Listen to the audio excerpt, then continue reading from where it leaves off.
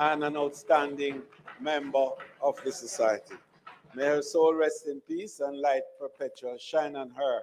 And Madam Speaker, we would ask, as in the case of Princess Laws, that the appropriate letter be sent to her family, that a similar one be done to the Vases, her three sons, um, who we know very well, and of course, her daughter-in-law, who is in this house, Anne Marie Vaz. May it please you, Madam Speaker. Thanks, House Leader.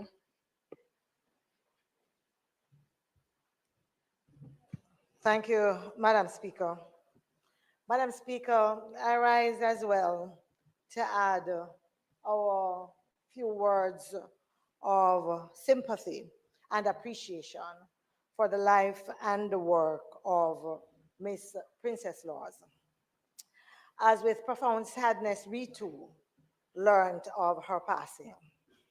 We acknowledge her as the first member of parliament, as was said earlier, for Northwest St. Anne. For Northwest St. Anne. She really has left a void not only in the political landscape, but also in the hearts of those who knew her and benefited from her dedicated service. Princess Laws, as was said earlier, broke many barriers, and she made history throughout her career. She exemplified compassion and an unwavering dedication to the people she served. Her advocacy, as was said earlier, for women, children, and the marginalized resonated deeply with many.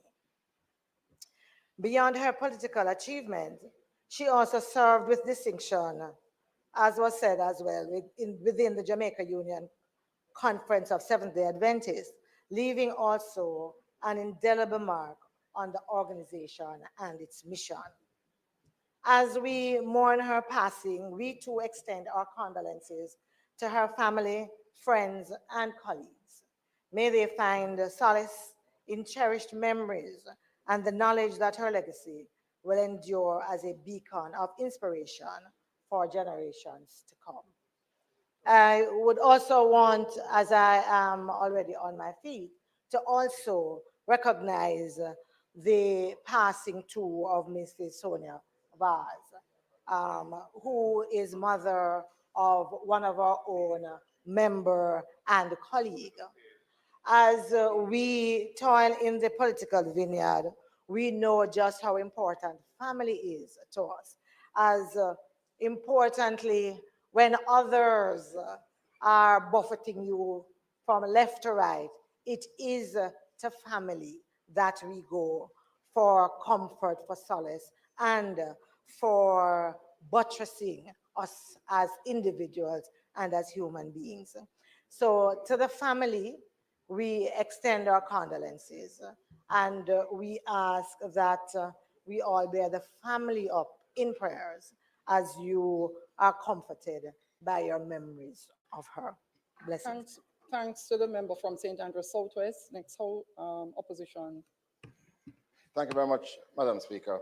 In addition to the tributes that have been paid already to Ms. Princess Laws and Mrs. Sonia Vaz, which I fully endorse, I want to bring to this House's attention the fact that our colleague from North Central St. Catherine, the Deputy Leader of Opposition Business, has lost her daughter.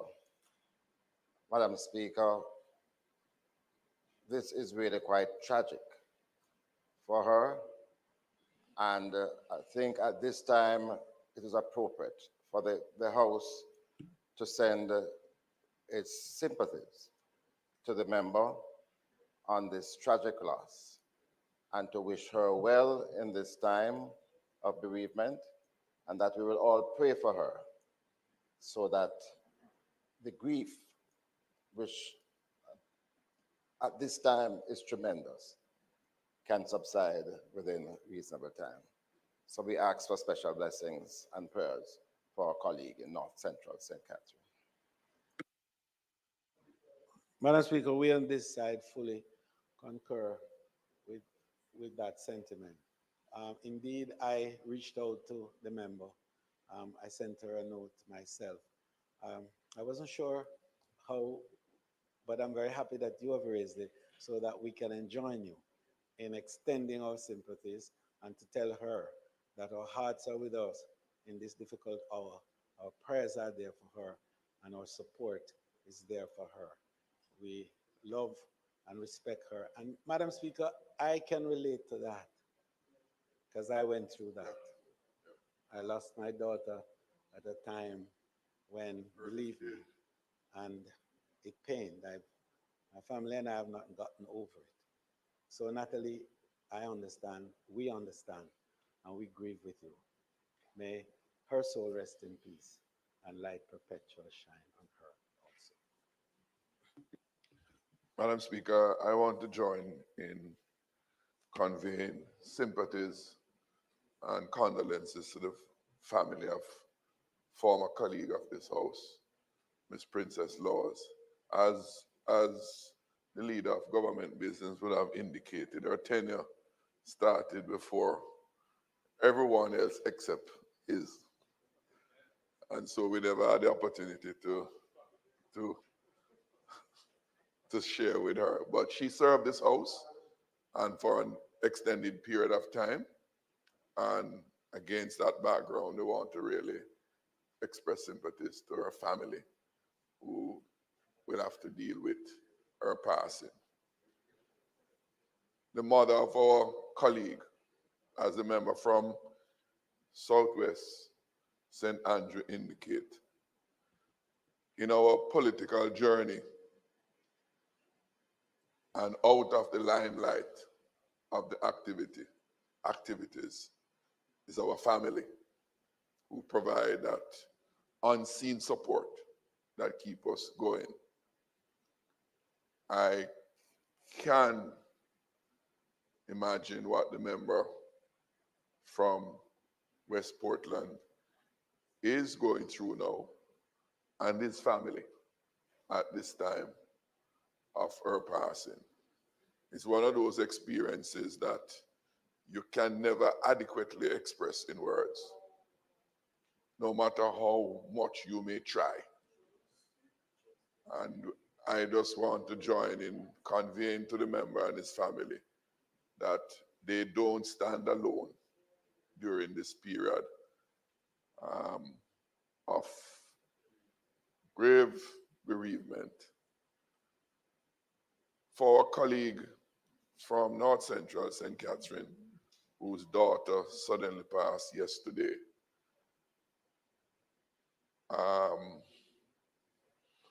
we all as parents expect our children to bury us, for them to live longer than us, but never for us to have to deal with their passing. And as a parent too, I can't begin to imagine what she's going through. I cannot. I tried to reach her, I didn't. And the truth is, if I'd reached her, I just never know what I would say. I really just don't know what I would say. But Natalie's grief has been compounded because a very, very, very, very close friend and political confidant, and all of us in this house know and understand how dear and critical certain individuals are to our political journey, our political organization. But Ricardo James was more than just a political confidant. He was a personal best friend of hers and her family. She did nothing organizationally without him.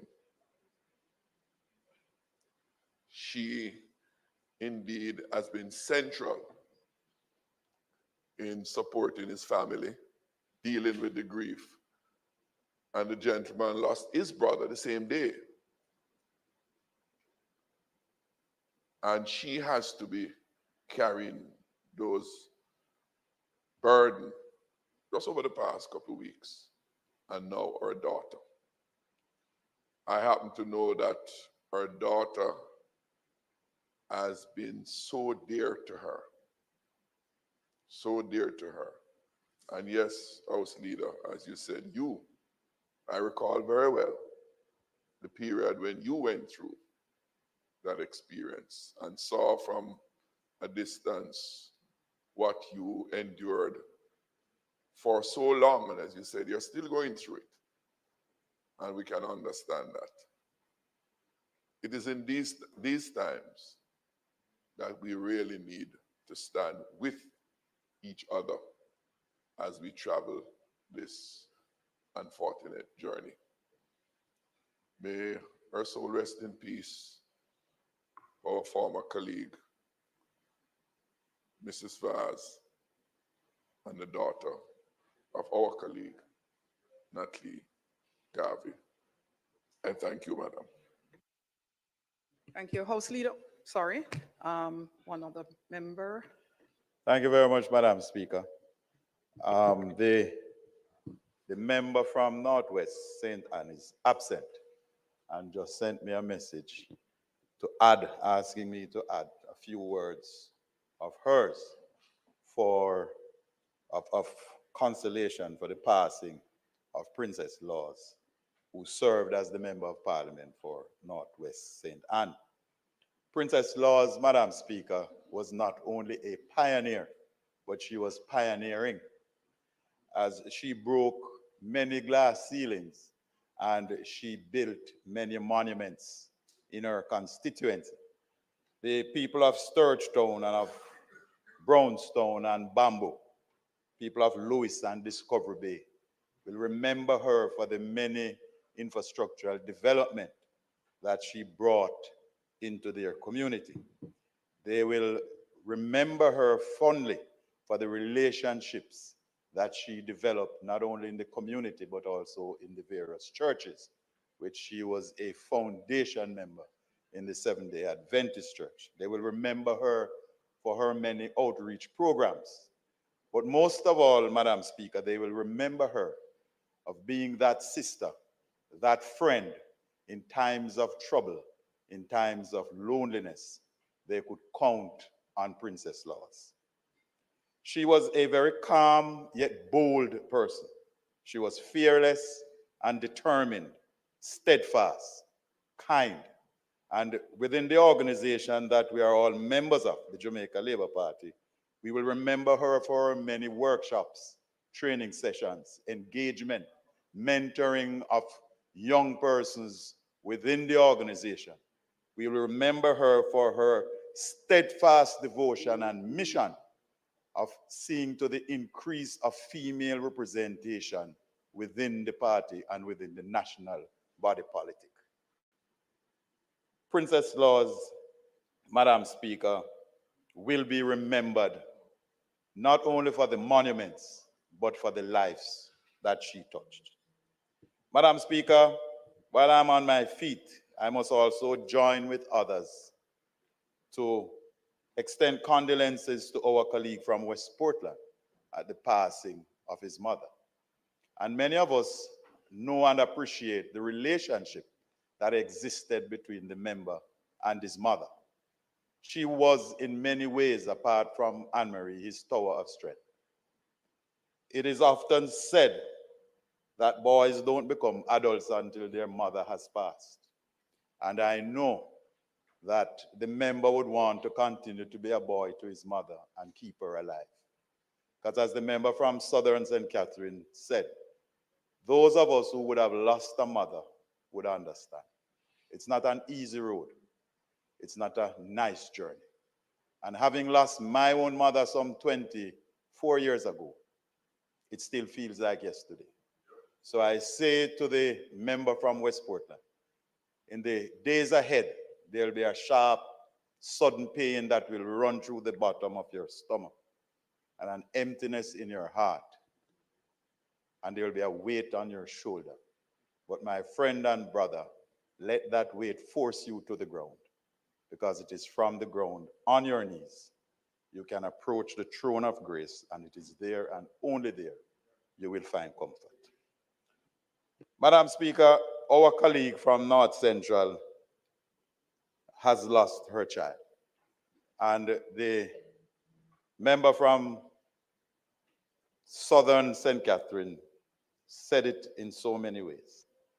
The English language has 1,020,000 words, and there is not a word to describe the state that the member from North Central is going through. When children lose their parents, they become orphans. But when parents lose their children, there is no word to describe that state of affair. And we can only say to the member, we all stand with you. We are here for you if you just reach out to us. We pray for her strength through these trying times. And we ask that the good Lord stands with her through this period. Madam Speaker, thank you. Thanks, member from St. Mary West. Last but not least, I think I see the mic on for the member from St. Andrew North Central. Thank you, Madam Speaker. I, too, would like to join all those who have spoken at the passing of these very important people. Important in the sense that they are not members of the House, but their lives impacted immensely on those who they have left behind, who are indeed members of this honorable House. For Natalie, I'm a member of her constituency. I live in her constituency, and the relationship that we have enjoyed over these many years is a very special one. We have shared many enjoyable moments, and we tease each other, and we have a genuinely wonderful relationship. Somebody who I like very much, someone who I admire very much, somebody who I would be very fearful of confronting in any other form other than verbally.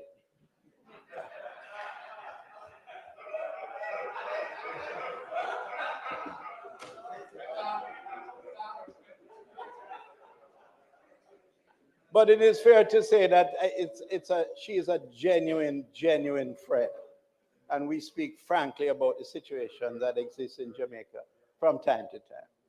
So my heart goes out to her. I have not had, God bless, after all these years, I still have my children's, the lives of my children to warm my heart.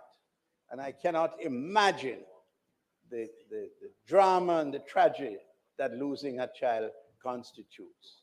So Natalie, my very best to you going forward, and may you be comforted in the knowledge that your colleagues are 100% behind you in your efforts going forward.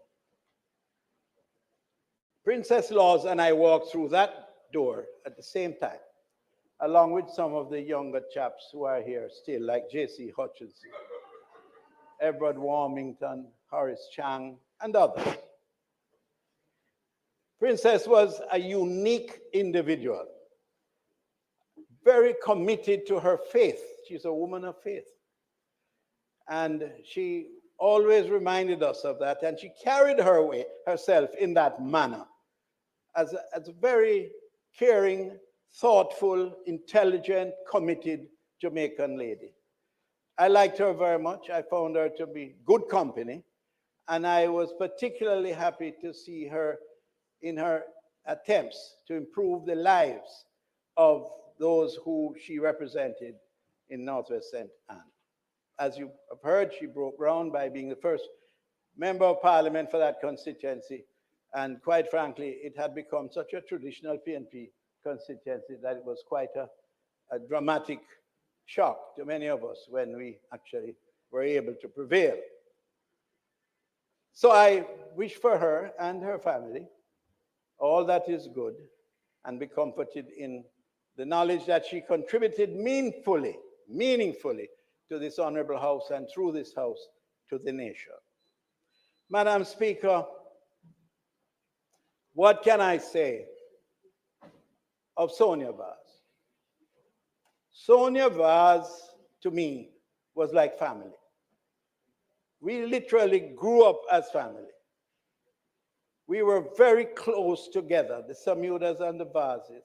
And indeed, it was at her house that most of the strategies that were adopted and employed took place, at her house in Charlton Mews with her late husband who predeceased her, Douglas Vas. It was a wonderful family made up of two loving people with three wonderful sons. And for those who might not be aware of it, I knew Darrell when he was a little boy running around the house. That's how long that relationship has lasted. I knew them long before I entered politics. And I've been in this house, unlike the memory or the knowledge of the member who spoke before and pointed out the longevity of the opposition leader of opposition business. But that was over 43 years ago. She was a tower of strength, along with her husband, for the development of her family. She devoted her every awakened moment to doing everything in her power to ensure that they would play their part in the country of their birth and to follow in the footsteps of their father. I know what this means to each and every one of them, to Darrell, to Ricky, to Wayne. I know the deep pain that they are experiencing. Darrell is not somebody who is overtly sentimental. But I can tell you, I know and feel the pain that he is feeling right now. He lost his father. It was a terrible tragedy for him. And now his mother. And all the boys, those three boys and their lovely families. I feel for them deeply. And I know that with the support that he has developed internally and externally, he will do well and be able to continue his effort in seeing to it that the contribution to the country started by both his mother and his father will be continued through himself and his brothers and their families. So may her soul rest in peace and light perpetually shine on her. And God bless you all, the Vas family. Thank you, Madam Speaker. Thank you, member.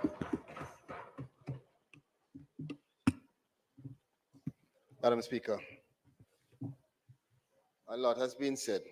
It would be remiss of me not to stand and acknowledge the passing of Princess Laws, who you have heard the accomplishments in politics.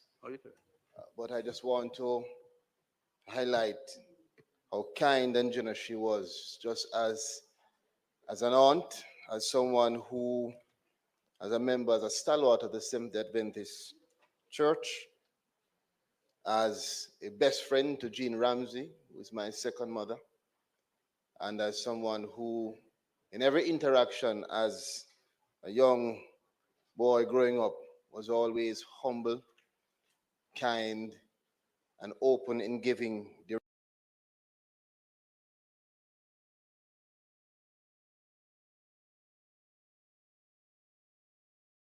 direction and support. She was an extremely loyal person to her friends, and I watched growing up the relationship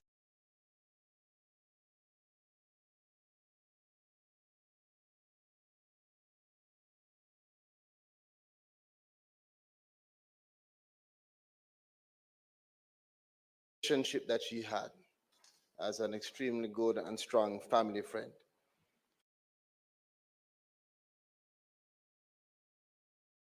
And so I want to join in the expression of condolences for her loss and hope that she will continue to be an encouragement and an inspiration to many young women and men who may seek to not just get into politics, but to live a life of integrity and dedication to community and to national development.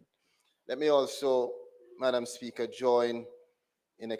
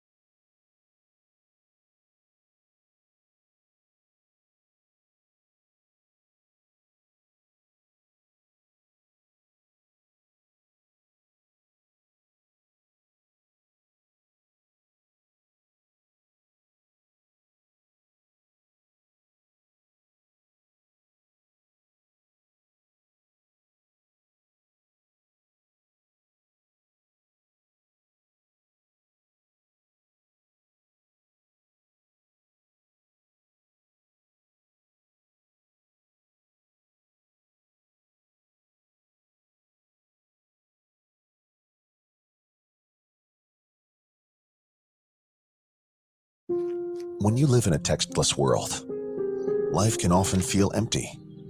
The YourCam Read 3 brings text and visual materials back into the lives of people with visual impairments.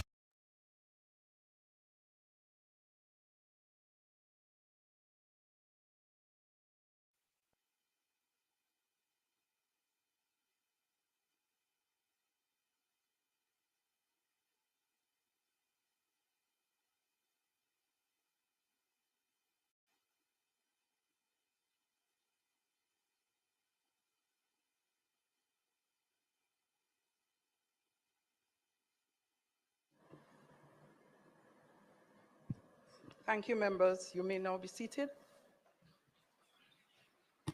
House Leader, we're still at statement by ministers. Madam Speaker, I think there's some anticipation that the sectoral debates would have started today, but I think appreciation is now given to the circumstances that would have enabled us to rearrange the sectoral to begin now on the 30th of April, which will be next Tuesday, when, as usual, I would open and the leader of opposition business will also speak. So for the program today, Madam Speaker, the agenda is indicated, and today is intended to have one statement by Minister, and I would ask you to invite the Minister of Education and Youth and the member from St. Andrew Eastern to make her statement. Thanks, House Leader. We'll now have the member from St. Andrew Eastern, the Minister of Education and Youth, making statement by Minister. Thank you, Madam Speaker. Madam Speaker, please allow me, before I begin my statement, to just add my appreciation for the former clerk. I've had many reasons to interact with her for parliamentary issues, but also on personal matters. And I found her to be patient and always responsive, and I wish her all the best in her retirement years. Let me say as well, Madam Speaker, sincerest condolences to colleague Minister Vaz and MP Vaz at the passing of Minister Vaz's mother. To colleague Nita Garvey from North Central St. Catherine, I cannot imagine the unspeakable agony. Our thoughts are with her, as well as with the family of Princess Laws, former member of this House as well. Madam Speaker, I also want to convey my deepest sympathies and condolences to the parents of 15-year-old Raheel Plummer, who attended Irwin High School and who was fatally stabbed last Thursday. It is devastating for the family, the school community, and Jamaica as a whole. When a child kills another child, it should cause us to look within ourselves as parents, as a community, as an education sector, and as a society. Yes, there may be factors that contribute to the belief among some children that the answer to their frustrations in human interactions is to lash out with violence because they perceive the other child to be the source of their anger and suffering.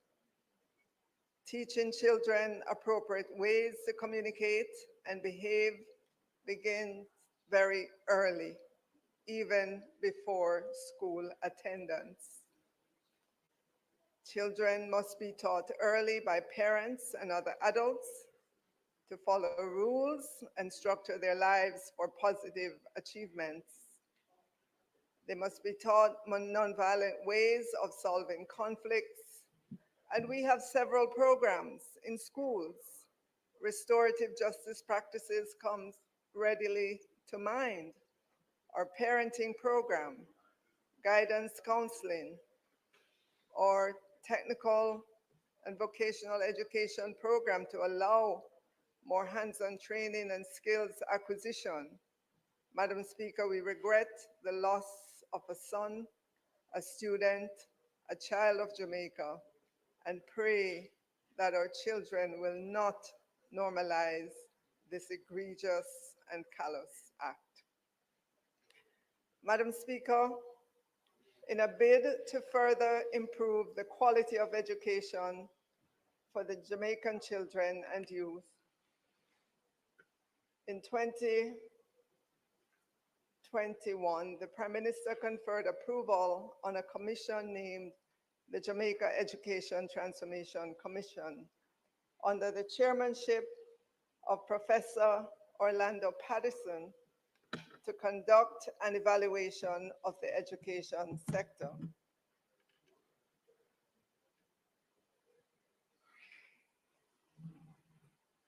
a report with 365 recommendations on the 7 pillars to address the gaps and issues found in Jamaica's education system was published in 2021. This report, entitled Jamaica Education Transformation Commission, the Reform of Education in Jamaica 2021 report, was sent to Parliament for tabling on May 24, 2023. We want to publicly thank all the members of that committee, and there are many, starting with Professor Orlando Patterson, the chair. As you know, he is the John Crowles Professor of Sociology at Harvard University, but he has come out of the Jamaican education system. Committee chairs include Dr. Dana Morris Dixon. She was the chair of the Governance Committee and chair of the Tertiary Committee. Dr. Jeffrey Hall, he was the co-chair of the Finance Committee. Mrs. Floretta Plummer, the chair of the Technical and Vocational Training Committee. Ms. Erica Simmons, chair of the Infrastructure and Technology Committee. Professor Michael Taylor, chair of the Teaching and Curriculum Committee. Professor David Tennant, co-chair of the Finance Committee. Members of the commission were Dr. Garth Anderson, principal, Churches Teachers College. Professor Eleanor Brown, Professor of Law and International Affairs, Pennsylvania State University. Professor Colin Giles, acting president at the time at the University of Technology. Most Reverend Donald Rees, Archbishop Emeritus of Kingston and chairman, Ecumenical Education Committee. We also had Professor Maureen Sams-Vaughan, Professor of Child Health, Child Development, and Behavior at the University of the West Indies. Mr. Gordon Swaby, Chief Executive Officer, Edufocal Limited. Mrs. Esther Tyson, former principal, Arden High School. And Ms. Trudy Dean, Senior Advisor to the Prime Minister. There were also 32 co-opted members on this committee. Among the findings, the report cited a number of inefficiencies within the education system. 7 pillars of change to anchor the activities to be undertaken were presented in the report, and the activities to address the recommendations have been decided and will be undertaken across an 8-year period, 2023 to 2031. This means that we would have already completed a year. These recommendations have been broken down within the short-term, medium-term, and long-term period in order to guide the implementation process. Consequent to publication of the report, the Ministry of Education and Youth has embraced the recommendations, integrated them in the strategic plan of the ministry, developed an implementation plan with the professional help of Mona School of Business, established a technical team to lead the coordination of the implementation efforts, and established a robust team to ensure the monitoring and reporting on the implementation process. Madam Speaker, the recommendations will be addressed, as I said, over an 8-year period and will impact the early childhood sector all the way through tertiary, guided by the 7 pillars of change or pillars of transformation. And these pillars are, starting with the first one, governance and accountability. Pillar 2, early childhood education. Pillar 3, teaching, curriculum, and teacher training. Pillar 4, tertiary education. Pillar 5, TVET. Pillar 6, infrastructure and technology. And Pillar 7, financing of education. The ministry has begun to execute the work on 101 of the 365 recommendations. The first recommendation of the transformation report is to have an implementation oversight committee. Madam Speaker, I'm pleased to advise that Education Transformation Oversight Committee has been in place now for some time to monitor the implementation of these recommendations. To date, the Ministry of Education and Youth has provided 3 quarterly updates to the wider Education Transformation Oversight Committee, ETOC, and in turn, the ETOC has convened 3 press conferences to update the nation on the work being done regarding the transformation of the education system. I've sent to Parliament today for tabling the most recent report that ETOC gave to the nation in March 2024. Madam Speaker, another recommendation is that the education sector should have a philosophy of education. And I'm happy to report that the Jamaica education philosophy was finalized subsequent to research and wide-scale consultations with key stakeholder groups. It was submitted to the cabinet and has been endorsed.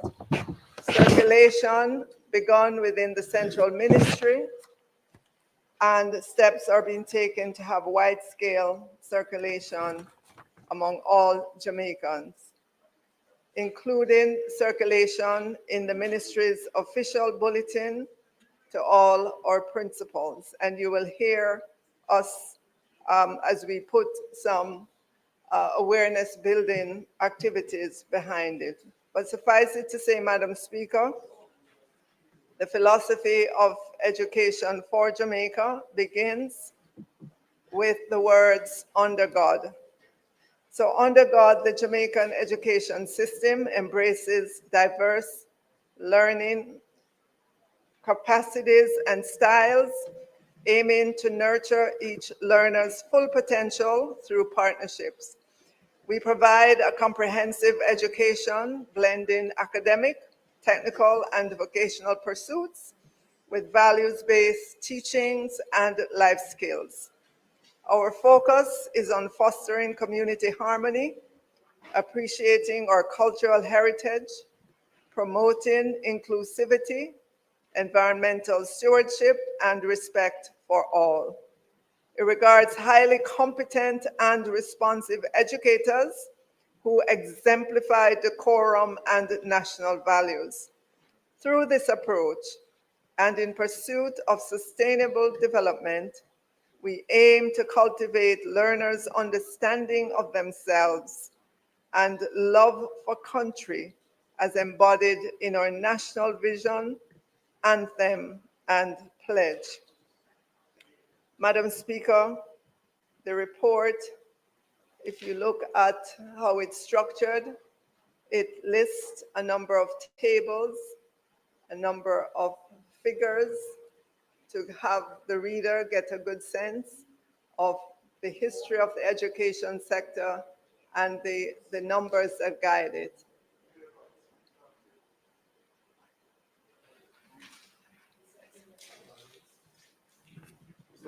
It was sent to be tabled, but anyhow. The report is tabled. The report of 2021 has been tabled since May of 2023. The report from ETOC. The report from ETOC was sent to be tabled. All right, we'll get that to you, member. Yeah, all right. So the report of the House Leader, the member's time for speaking has expired. Speaker, the member's time having expired, I beg to move that it be extended by 5 minutes to allow her to complete her presentation. Question May is that please- the member's time be extended by 5 minutes. Those in favor? Those against? The ayes have it. Minister? Thank you, Madam Speaker. Thank you, colleagues. Again, the report that was tabled in May of last year. The transformation report is available to be read and digested. Today, I'm simply opening the debate on it. But even though the report has been laid for so long, I will still allow some more time for there to be any feedback, any thoughts on it. The latest report from ETOC gives the progress on the implementation. And together, if you read the original report, the update from ETOC, you'll get a good sense of where the ministry is with regards to its embrace of the recommendations and the work that is underway to further the implementation of those recommendations. Thank you, Madam Speaker.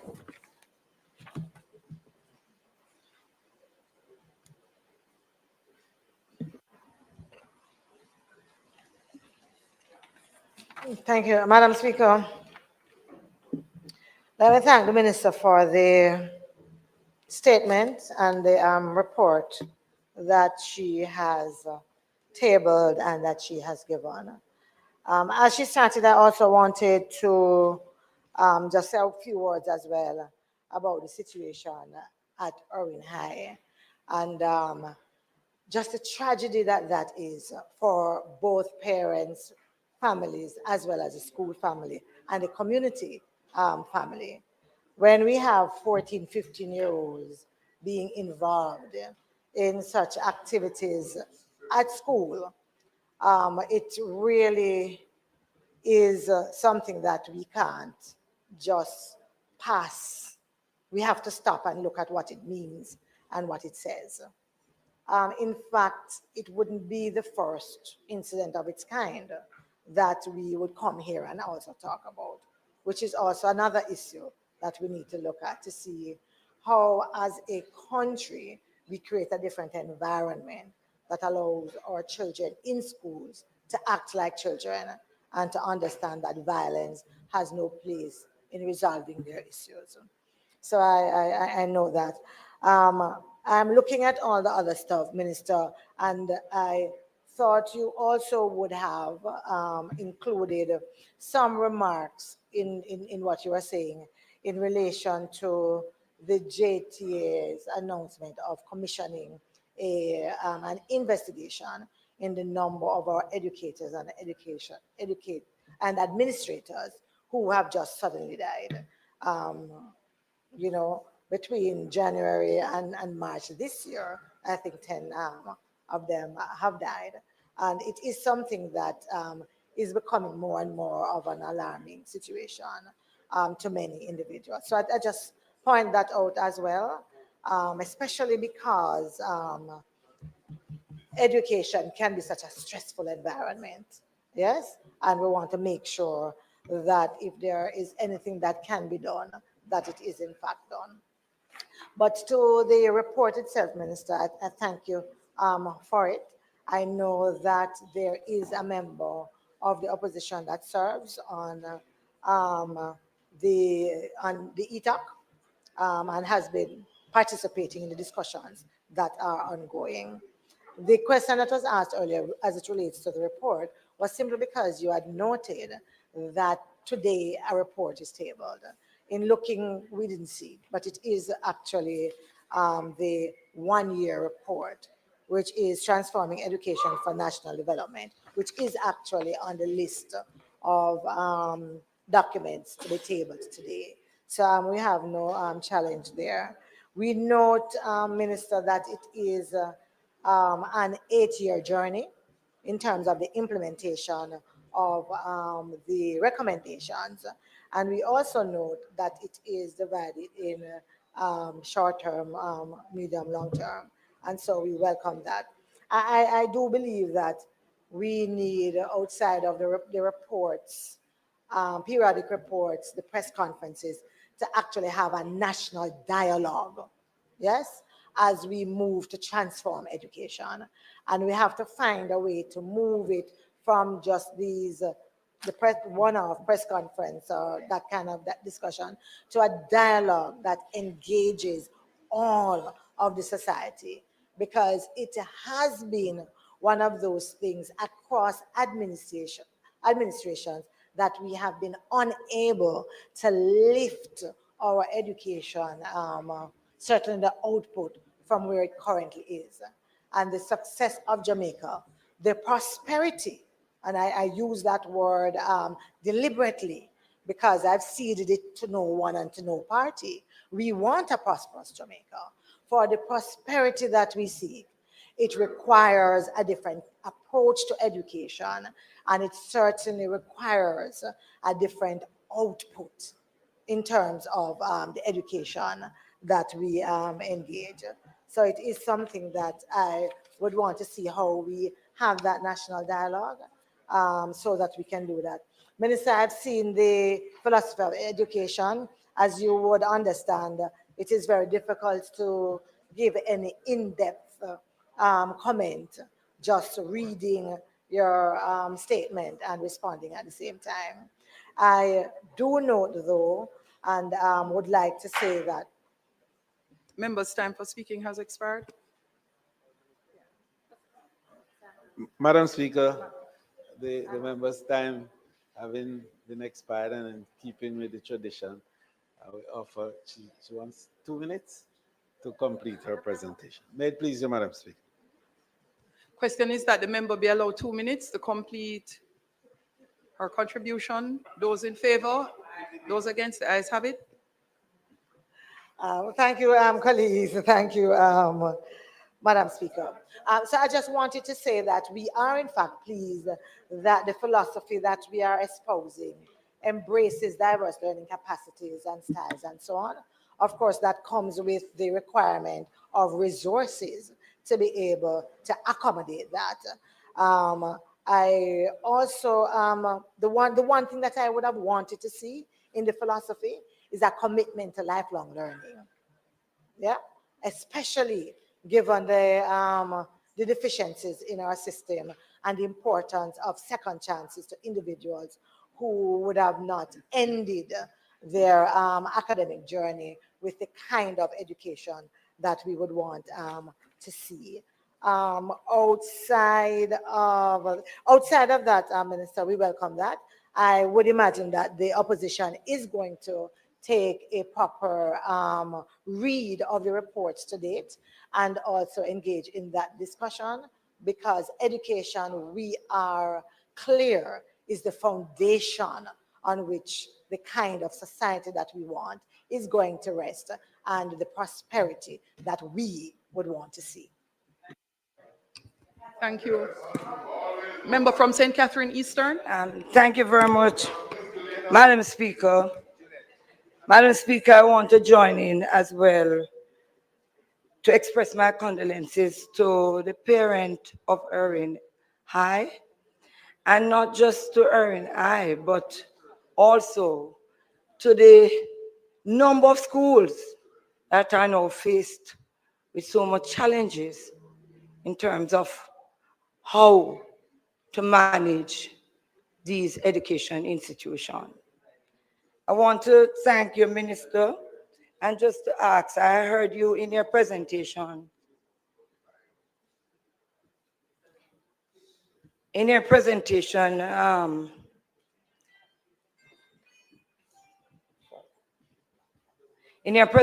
in respect to opening the debate, I'm wondering if you're opening the debate today or you're going to give it some more time in order that we'll be able. You will give some more time. I'm very happy to hear that. Minister, in light of what is happening now in our education system, and I am certain you understand that there's a crisis, that 8 years period that I'm looking at in terms of the transformation being done, I'm wondering if we could get some more specifics in terms of the breakout. What will be in year 1 or year 2, in order that, you know, we could get a better sense of how we would be able to debate. Because since it's an 8-year period, It's really long, and in my view, nothing is wrong with the length of time, but for the period of time over the years that we have been looking at transforming education, by now we should have enough material to be able to start doing some serious implementation. I'm also concerned in terms of how do we fit community development in terms of this transformation. It is going to play a very critical role because to transform education, you have to transform communities as well. And I'm hoping that that will be taken into consideration. In terms of transportation, it might sound foolish, but when we reach to the point where we will be able to have a proper discussion, you will recognize the importance of transporting students to school in a very, very decent way, that it will help to transform education. Because it's not about just chalk and board and about curriculum. It's about attitude and behavior.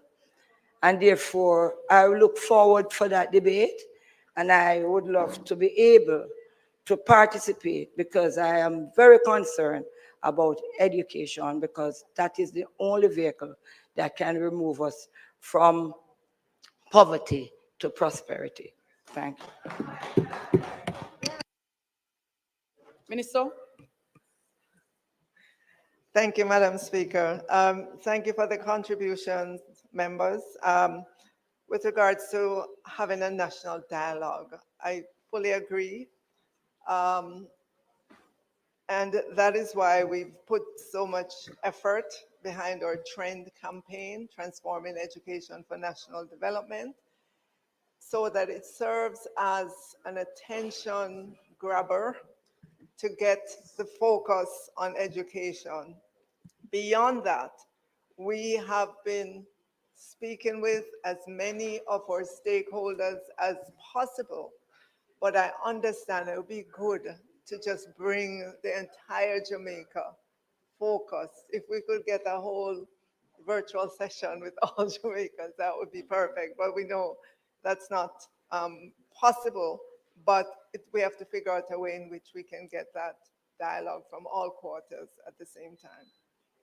Your observation about the words lifelong learning or the concept not included here, member, it is to be understood though, and in all of our literature, we emphasize the importance of lifelong learning to our children. Member asked about what's included in each year, and given the number of recommendations, it would be best to submit a report laying that out so persons can see how we stage the recommendations. But suffice it to say, member, we have started on 101 of the 365. I only spoke about 2 this afternoon, but we have, and we will lay that out in the ETOC report. You will see evidence of that. And where does community development and transportation? I couldn't agree with you more in terms of transportation as an important input into the education system, because many of us live in Kingston and St. Andrew. Sometimes we don't think about transportation because it's present. You know, there's a JUTC and you pay just a minimum fee to be on it. But for our parents outside of KSA, transportation is a significant variable, a significant factor into their children getting to school safely and back, and on time as well, on time. And I know that the conversations, the consultations are continuing with the Ministry of Science, Energy, Telecommunications, and Transport with regards to how we look at providing more for our children on the transportation front. As you may recall that coming out of the pandemic, we started the train service for our children, Old Harbor, Linstead, Old Harbor into Spanish Town. It's those kinds of activities we want to see. Even now, on an annual basis, we do provide about $300 million for transport support, primarily to our PATH students. But there's more that needs to be done. Thank you for the focus on that. Thank you so much. Thank you, Minister. Notices.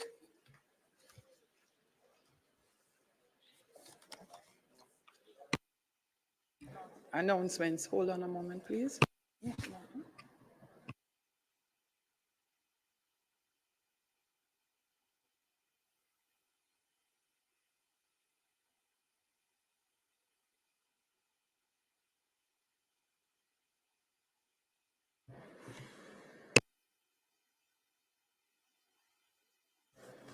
Announcements.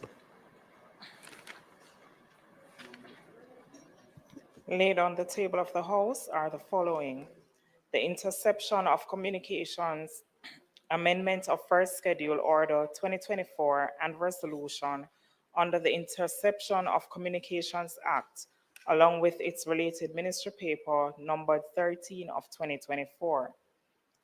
The National Minimum Wage Amendment Order 2024 and Resolution under the Minimum Wage Act. The Minimum Wage Industrial Security Guards Amendment Order 2024 and Resolution under the Minimum Wage Act. Annual Report of the Devon House Development Limited for the financial year 2022-2023. Annual Report of Jamaica Vacations Limited for the financial years 2017-2018 and 2018-2019. Annual Report and audited financial statements of the Urban Development Corporation for the financial years 2016-2017 and 2017-2018. Annual Report and audited financial statements of the Sugar Industrial Authority for the year ended 2018, along with its ministry paper numbered 14 of 2024. Annual Report and audited financial statements of the National Irrigation Commission Limited for the year ended 2021-2022, along with its ministry paper numbered 15 of 2024. Jamaica's updated National Implementation Plan for Management of Persistent Organic Pollutants in Jamaica 2023 and its ministry paper numbered 16 of 2024. Bank of Jamaica report on performance and main activities of the Board of Directors for the financial year 2023. Transforming Education for National Development Year 1 report, March 2024. Attorney General's Chamber's opinion dated July 14, 2023, re-report submitted under Section 36 of the Integrity Commission Act and Standing Order 73D. Attorney General's Chamber's opinion dated November 6 of 2023, retabling of Auditor General's submitted reports. Internal memoranda dated November 7 and 8, 2023, from the Legislative Council entitled Opinion on the Reports on the Public Bodies Submitted to Parliament by the Auditor General and Opinion on Tabling of Reports from the Integrity Commission and submissions of same to the Integrity Oversight Committee. Integrity Commission report of investigation into concerns that 1, Mr. George Callaghan, former CEO of the Sugar Industrial Authority, made false statements in the statutory declarations filed by him for the 3 years 2018 to 2020. Secondly, Mr. Trevon Clark, an employee of the Kingston and St. Andrew Municipal Corporation, failed to file his statutory declarations with the Integrity Commission for the years 2019, 2020, and 2021 in breaches of the Integrity Commission Act. Thirdly, Mr. Charlton McFarlane, an employee of the Registrar General's Department, failed to file his statutory declarations with the Integrity Commission for the years 2019, 2020, 2021, and 2022 in breaches of the Integrity Commission Act. Mr. Dwayne Vas, a former Member of Parliament, failed to provide information requested by the Commission in respect of his statutory declaration for the year 2019. And finally, Mr. Oral Reed, an employee of the Kingston and St. Andrew Municipal Corporation, failed to file his statutory declarations with the Integrity Commission for the years 2019, 2020, and 2021 in breaches of the Integrity Commission Act, along with their respective indicative ruling. Thank you, Madam Speaker.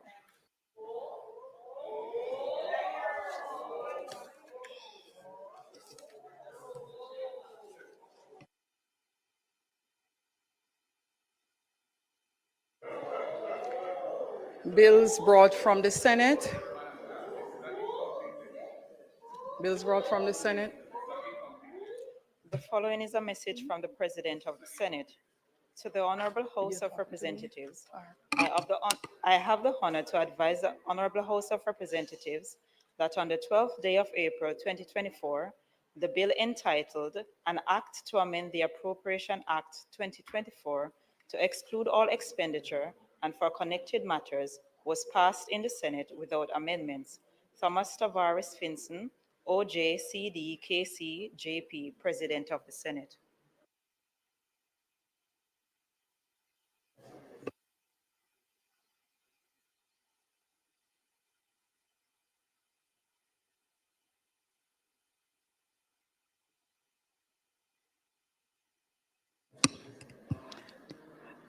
Before we go on, the question was asked. I have cause to lay on the table of Parliament the advice of the Attorney General as well as the advice of the Legislative Council for Parliament, which formed part of my review and consideration regarding the process to be engaged when tabling reports of the Auditor General in respect of public bodies. I have also laid on the table the opinions as it relates to the Integrity Commission.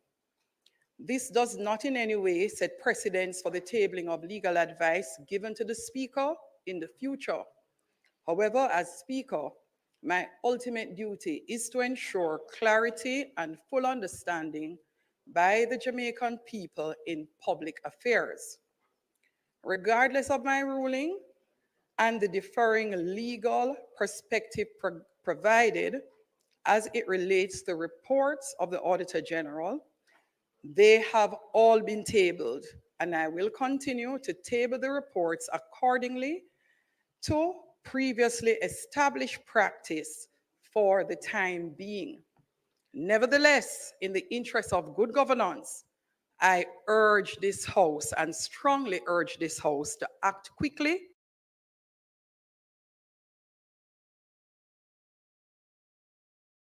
to review the relevant legislation to remove any ambiguity or gaps in the process.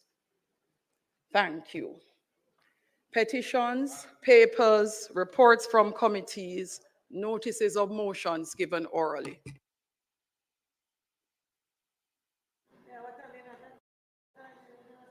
Madam Speaker, thank you.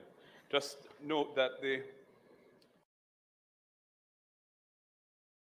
list here that was provided of the items that are being tabled today do not include the opinions to which you have referred. So this is an incomplete list then, is it, Madam Clerk? And we'll be getting a complete list of what's been tabled? I asked the clerk, she will address you. She will speak to you. She did an amendment, so she will update accordingly. Notices of motions given orally. Thank you, Madam Speaker. I beg to give notice at the next meeting of the House. I move the following motion on the interception under the Interception of Communication Act. Interception of Communications Amendment to First Schedule or the 2024 Resolution. Whereas under Section 18.1 of the Interception of Communication Act, the Minister may by order add to or delete from the list of offenses contained in the first schedule. Whereas under Section 18.1 of the Act, the Minister made the interception of communications amendment to first schedule order 2024. And whereas it is provided by section 18.2 of the Act that an order made under section 18.1 shall be subject to affirmative resolution, and whereas it is desirable that the interception of communication amendment to first schedule order 2024 be affirmed. Now therefore resolved by this honorable House as follows. One, this resolution may be cited as the interception of communications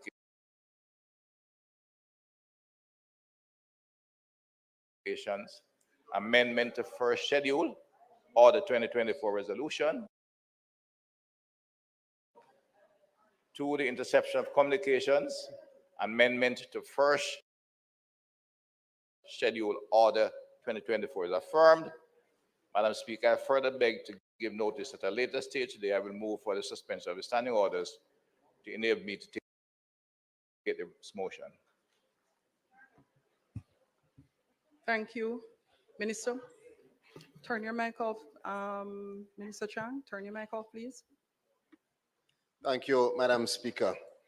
Madam Speaker, I beg to give notice that at the next meeting of the House, I will move the following motions under the Minimum Wage Act.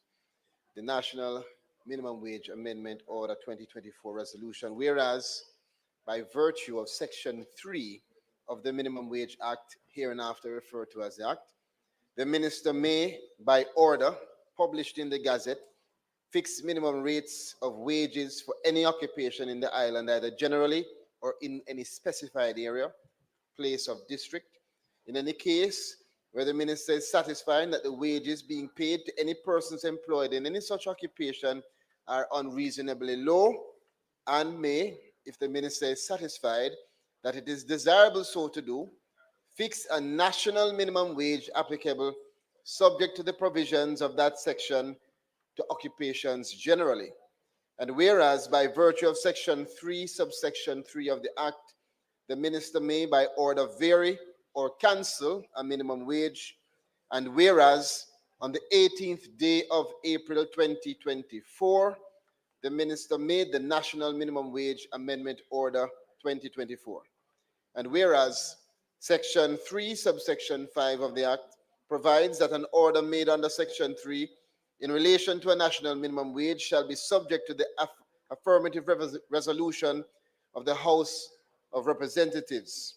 And whereas it is desirable that the National Minimum Wage Amendment Order 2024 be affirmed, now therefore be it resolved by this Honorable House as follows. One, this resolution may be cited as the National Minimum Wage Amendment Order 2024 resolution. Two, the National Minimum Wage Amendment Order 2024 is affirmed. Furthermore, Madam Speaker, relating to the Minimum Wage Industrial Security Guards Amendment Order 2024 resolution, whereas by virtue of Section 3 of the Minimum Wage Act, hereinafter referred to as the Act, the Minister may, by order published in the Gazette, fix minimum rates of wages for any occupation in the island, either generally or in any specified area, place of district.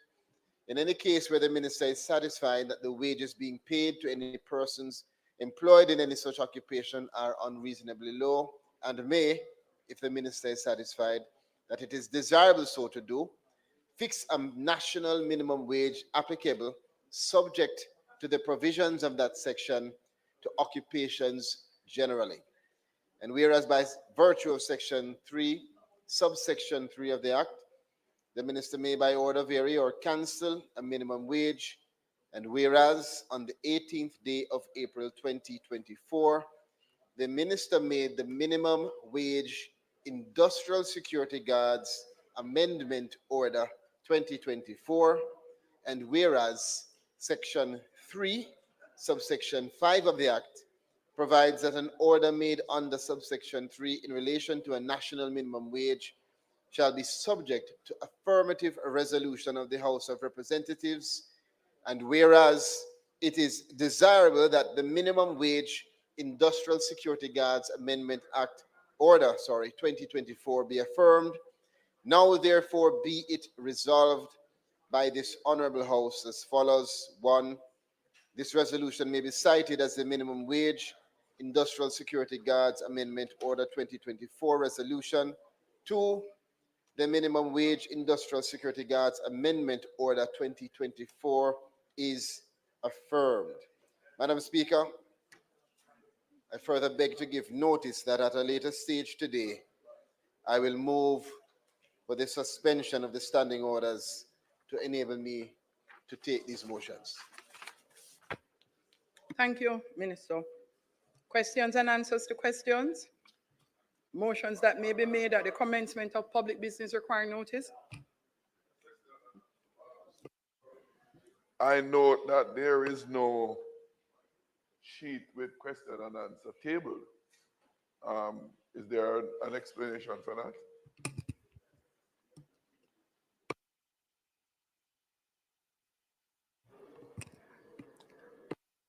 Madam Speaker, just to respond, I think there was a situation it seemed that we have to remedy in relation to the rollover. I think that there was an omission in terms of the the resolution itself, which obviously had omitted questions and answer to questions. So we will rectify that to ensure that all of those questions would yeah, well, the fact is that it became available to me only today. So we will rectify. Member, you're satisfied with explanation from House Leader? Right, but I'll live with it for now. Okay, thank you. Thank you, Member. I wondered, Member, because the usual mode would be for the questions that fill out the order paper to come back for us to replace on the agenda, and I have not yet been in receipt of same. Thank you very much. Motions that may be made at the commencement of public business requiring notice, motions relating to the sitting of the House, motion for leave to introduce bills, presentation of bills without leave of the House first obtained, public business, House Leader. It is intended to have the completion of the debate with regards to the national minimum wage, Order 2024 resolution, which was tabled and presented by the Minister of Labor and Social Security, as well as the completion of the debate on the offenses against persons, a continuation. Yes, the member is saying a continuation of that debate. And of course, the Minister of National Security will debate and have completed the inception of communications amendment to the first schedule order 2024 in the public business. May it please you, Madam Speaker.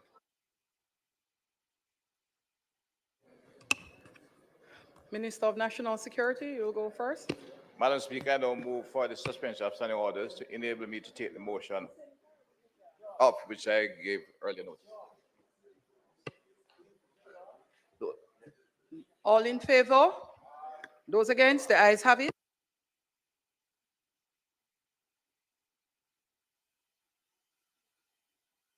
The matter for tabling in the House of Parliament is the Interception of Communication Amendment to First Schedule, Order 2024. The Order and the Interception of Communication Amendment to First Schedule, Order 2024 resolution.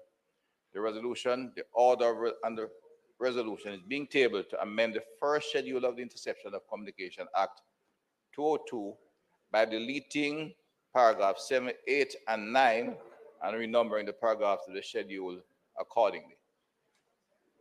The Interception of Communications Act 202 came into operation on March 15, 2002 to provide for the interception of communication sent by means of telecommunication network and for connected matters. The Act was gone through a number of amendments, 205, 206, 209, 2020, 2021, 2013, and with the latest amendment in January 1, 2015.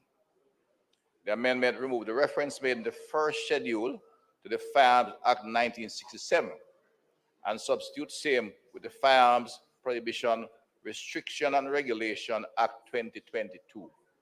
This amendment is necessary to enable authorized officers, as defined in their legislation, to apply to a judge in chambers for a warrant authorizing the interception of communication of persons to prevent or detect offenses against the firearm legislation. The amendment provides access to the new offenses created by the legislation and manages the risk of denial of application to the court for intercept, based on the judge forming the view that offenses under repeal legislation do not correspond to the law that is in force. Madam Speaker, I seek the members to affirm the resolution, the order, interception of communication amendment to the first schedule order 2024. There are no other members to speak.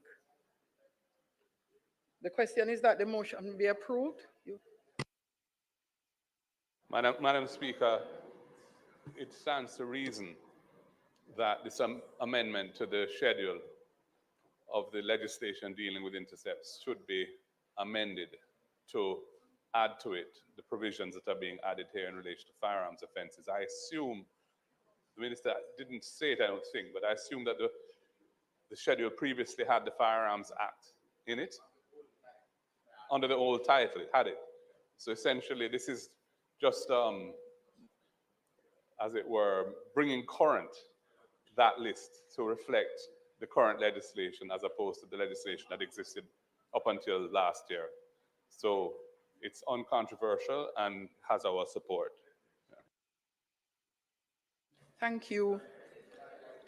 Minister? Thank you. Now move that the House affirms the order, the interception The question of is that communication amendment to first schedule order 2024. the question is that the motion be approved. Those in favor? Those against? The ayes have it. Minister. Thank you. So that is Minister of Labor and Social Security.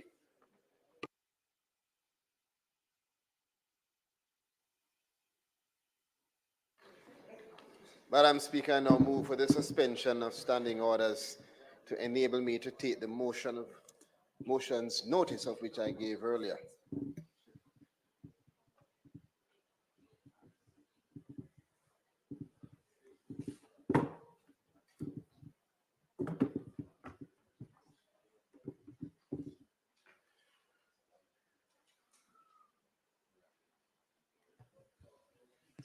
Thanks, Minister. Those in favor? Those in favor? Those against? The ayes have it. Minister? Thank you, Madam Speaker. Thank you, colleagues. Madam Speaker, today I rise to speak on the matter of the National Minimum Wage Amendment Order 2024 and the Minimum Wage Industrial Security Guards Amendment Order 2024. The Minimum Wage Act stands as a pillar of our labor legislation framework and serves as this Parliament's acknowledgement of the pivotal role workers play in societal progress. Enacted in 1938, this legislation underscores the government's commitment to safeguard workers from substandard earnings. Essentially, Madam Speaker, the Minimum Wage Act embodies a commitment to upholding workers' rights, promoting fair compensation practices, and fostering a conducive environment for the advancement of both employees and our society. Section 3 of the Minimum Wage Act enables the Minister of Labor and Social Security to establish minimum wages through ministerial orders for occupations where wages are deemed unreasonably low, establishing minimum standards to ensure that low-income workers receive fair compensation. This provision empowers the Minister to set standards that protect workers from exploitative compensation practices. Madam Speaker, as the Minister of Labor and Social Security, I oversee the implementation of this act, which has significantly impacted the lives of workers in various sectors. Over the years, we have introduced various orders under Section 3 of the Act, including the national minimum wage orders, which is used to set a wage for all sectors, including our domestic workers, and the minimum wage industrial security guards orders, which is used to fix a minimum wage for persons employed as security guards to organizations who provide industrial security services. Madam Speaker, I am committed to upholding the principle of fairness, fostering economic stability, and promoting the well-being of all stakeholders within our labor force. With that in mind, it is in the execution of that function that I rise to table for debate and affirmation an increase in the minimum wage. Consequently, I hereby ask that our Honorable House affirms the following increases, which are to come in effect on June 1, 2024. One, the national minimum wage is to be increased from 13,000 per 40-hour work week to 15,000 per 40-hour work week. This means, Madam Speaker, that A, the single time rate is to be increased from $325 per hour to $375 per hour for work done by the worker during any period not exceeding 40 hours in any week. Two, time and a half is to be increased from $487.50 to $562.50 per hour for work done in excess of 40 hours in any week. And double time is to be increased from $650 to $750 per hour for work done by the worker during any period on a rest day or on a public holiday. Furthermore, Madam Speaker, the minimum wage for industrial security guards is to be increased from $14,000 per 40-hour work week to $15,000 per 40-hour work week. For the single time rate, it will be increased from $350 per hour to $375 per hour for work done by the worker during any period not exceeding 40 hours in any week. Furthermore, time and a half is to be increased from $525 to $562.50 per hour for work done in excess of 40 hours in any week. And double time, Madam Speaker, is to be increased from $700 to $750 per hour for work done by the worker during any period on a rest day or on a public holiday. It is important to clarify, Madam Speaker, that the wage increase for industrial security guards applies solely to the basic rate. As such, this increase does not currently encompass any adjustment to allowances and insurance benefits. Subsequently, the prevailing rates will remain. The laundry allowance remains at $52.38 per hour. The firearm premium allowance is at $57.15 per hour. The dog handler's premium allowance will remain at $39.29 per hour, and the life insurance coverage with double indemnity protection and dismemberment coverage will remain at $3,273,000. Last year, Madam Speaker, colleagues, a commitment to equalize the national minimum wage and the minimum wage for industrial security guards was made. That commitment was made and has now been executed, Madam Speaker. Let me reiterate that the minimum wage stands, as it says, as a minimum basic standard. And I want to use this opportunity to appeal and to strongly urge all employers, particularly those with the means to do so, to offer their workers compensation that exceed the minimum threshold. And I want to use the opportunity as well to applaud all of those employers who are already doing so.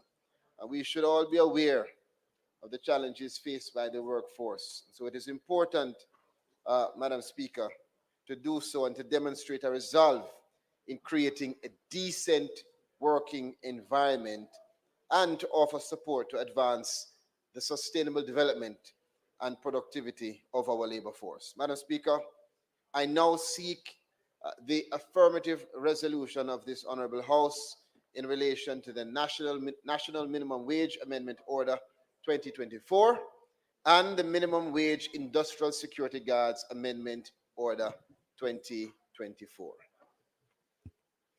Those in favor? My apologies, member. Accepted, Madam Speaker. Madam Speaker, I wanted to just make a few comments in relation to the statement made by Minister and the amendment that is before us, if I'm allowed. So one, you know, it would be remiss of me not to once again, Minister, speak about how important it is for the Minimum Wage Advisory Commission to really be part of the discussion and other stakeholders in setting the minimum wage. We agree with, we accept, we welcome the increase, but we also believe that the process is important and having that kind of stakeholder dialogue is certainly important. I also want to say, Minister, that more and more countries are moving from minimum wage to look at livable wage.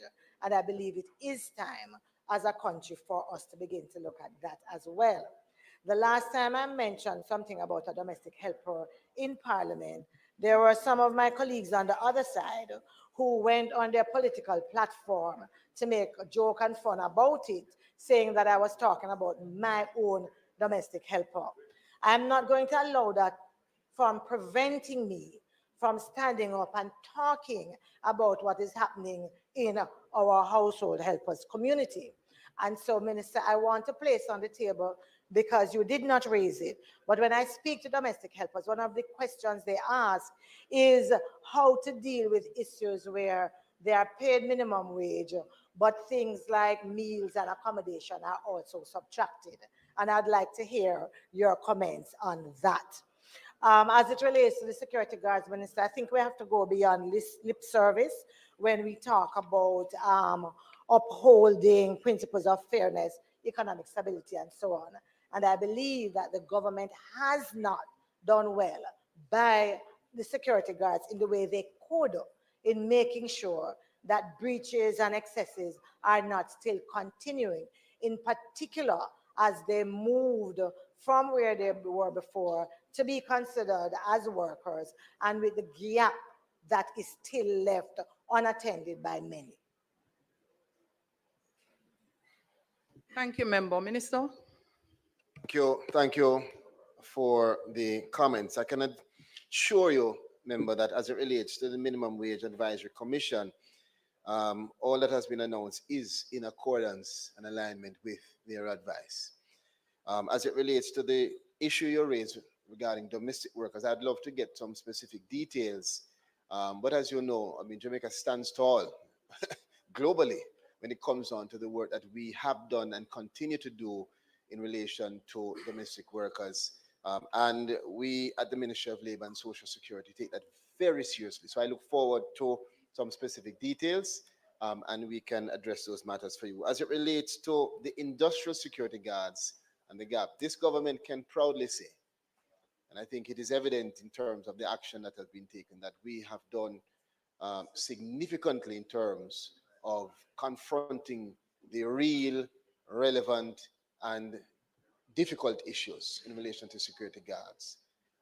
And there is still robust discussion taking place, which we can assure you that we have all intention of ensuring that the interest of the industrial security guards continues to be paramount. It is obvious in the fact that we are the ones that have raised and fulfilled the commitment to raise their wages and to also address the issue as it relates to the circumstances of their contracts. And all of those issues continue to be addressed. We have the LAC where we meet consistently, the Labor Advisory Council, and we have those robust discussions. But again, I thank you and I welcome further discussion on these specific issues with you. And hopefully we can have an opportunity to sit down further to get some more details on the concerns you have. Minister, would you be so kind as to move the motion again?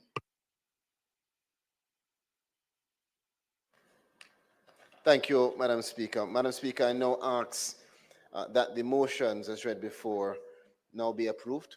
Thank you, Minister. House, the question is that the motion given previously be now approved. Those in favor? Those against? The ayes have it. Next, we'll invite the opposition to make its contribution in respect of the Criminal Justice Administration Amendment Act 2023 and the Offenses Against the Person Amendment Act 2023 and the Child Care and Protection Amendment Act 2023. Thank you.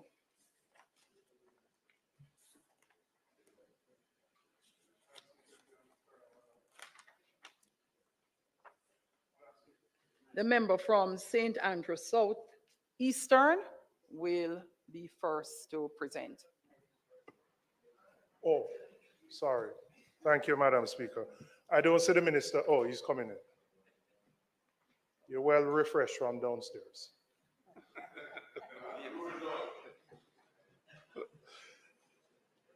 Madam Speaker, I stand in opposition to what has been proposed in this law, and I'm going to outline the reasons.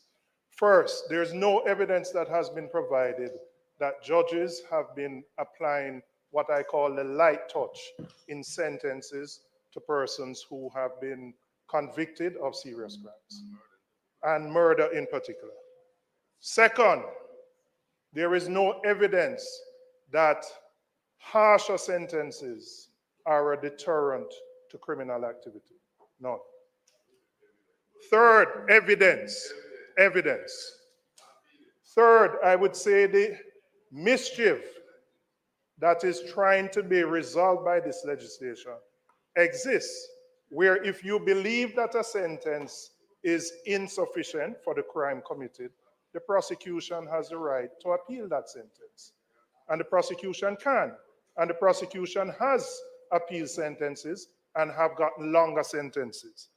But Madam Speaker, this legislation is bad on a number of grounds, apart from those. It does not address the critical reason why we have violent crimes. I believe what we are trying to do is to give the impression that we are tough on crime without dealing with the causes of crime. And in particular, for those persons who are 18 and under who commit violent crimes. And there are a myriad of reasons. I have never been someone in support of removing judicial discretion by minimum mandatory sentences. But I think it is even more important to retain it when you are dealing with persons who commit crimes as children, under 18, because the circumstances which give rise to those criminal activities are very different from adults.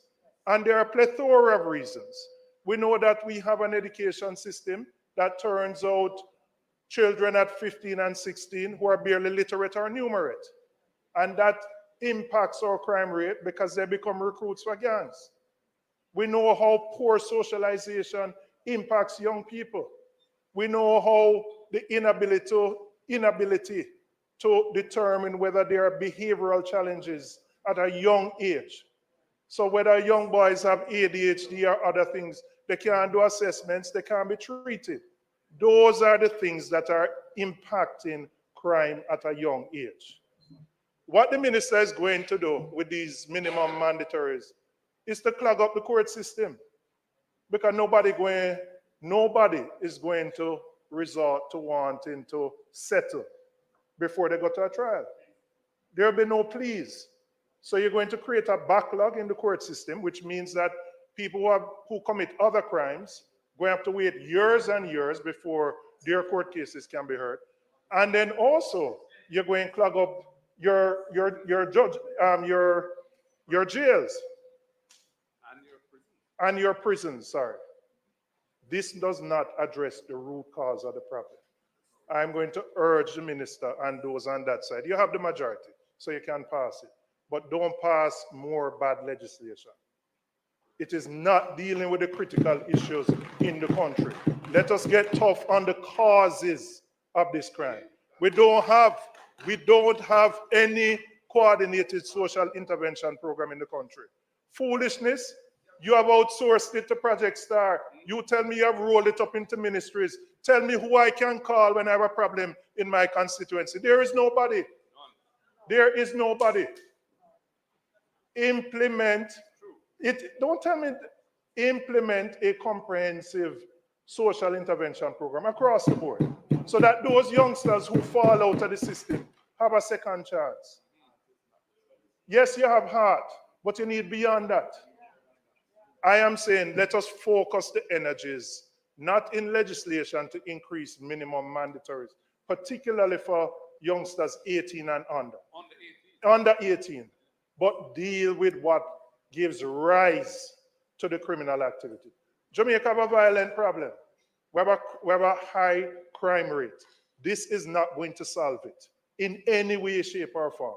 It is going to backlog our criminal justice system. It is going to put more people in jail. You're going to reduce the possibility for rehabilitation. And I'm really focused on those 18 and under. It's different for adults, but there are many issues that give rise to 18 and unders committing crime. This will do nothing to solve the problem. And in the same way, we passed the Ombudsman Act to incorporate it into EOJ, and it's been an absolute failure. Nothing happened in the local government election. Absolute failure.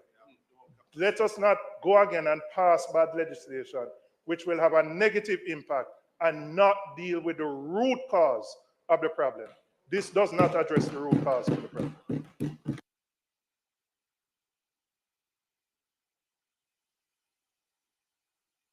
I think Minister Chuck will respond to the issue of the need and the quality of legislation being passed, but the member have made some comments I have to respond to. The question of dealing with the root cause of crime is an issue that this government has taken very seriously and has done more than any other government in the past. Absolutely any other government.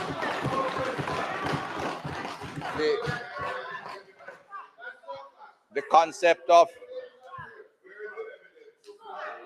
I will give you full information.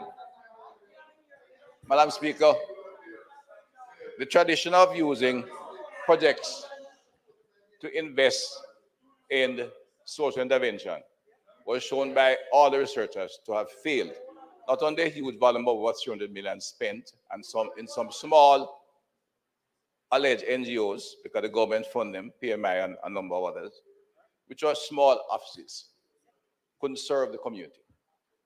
But the project funding that was used along the way, all indications that over 70% of the funds went to parallel staff, consultants, researchers, and very little reached the source of the community where the people are in need of it. It's a fact of research. Fact of research. I didn't say it. The Capri study did. Today, we have moved that. We have moved it into a coordinated approach and establish an effective management, monitoring, and evaluation system. So funds being directed to the agencies, members are asking. We can give you the data, and we'll do so in due course, but I have to comment tonight. The issue, for example, of the most recent program and sophisticated plan, which dealt with interfacing with parents, interfacing with the heart training program, the hundreds of thousands heart training program was done, focus on zones of special operations. In addition to that, providing psychosocial support.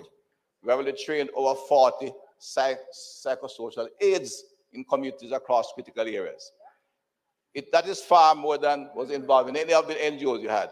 It happens that they are concentrated in specific areas and will expand it and scale it up nationally. The Ministry of National Security are taking our social services. We are designing programs, intervening in specific cases, and moving out. You have a case manager in Southwest St. Andrew, you know her. She operates in Haile Selassie. And that has to do. right? Right? And there are several case managers, far more case managers were there before. We have some 30 of them now and will be taking on more this year. The psychosocial aids are crucial to, in fact, dealing with what you refer as the root cause. Until you can find the families and deal with them and deal with the emotional trauma there, you're not going to have any change. Just providing some handouts does not help. Well, that's what you're doing before with that is, right? Right? That's what was being done, right? Now, we have trained people. Our case management operation is now being looked at internationally for best practice. And the case manager are designed to, in fact, reach the individuals, identify not only the person involved, but the entire family, and bring to bear the other social services of government, from PATH, the training in heart, and the other activities that we require to pull them out of poverty and change society. The data will be provided to this house in due course, but that has moved aggressively. You will get it when I think it is necessary to give it.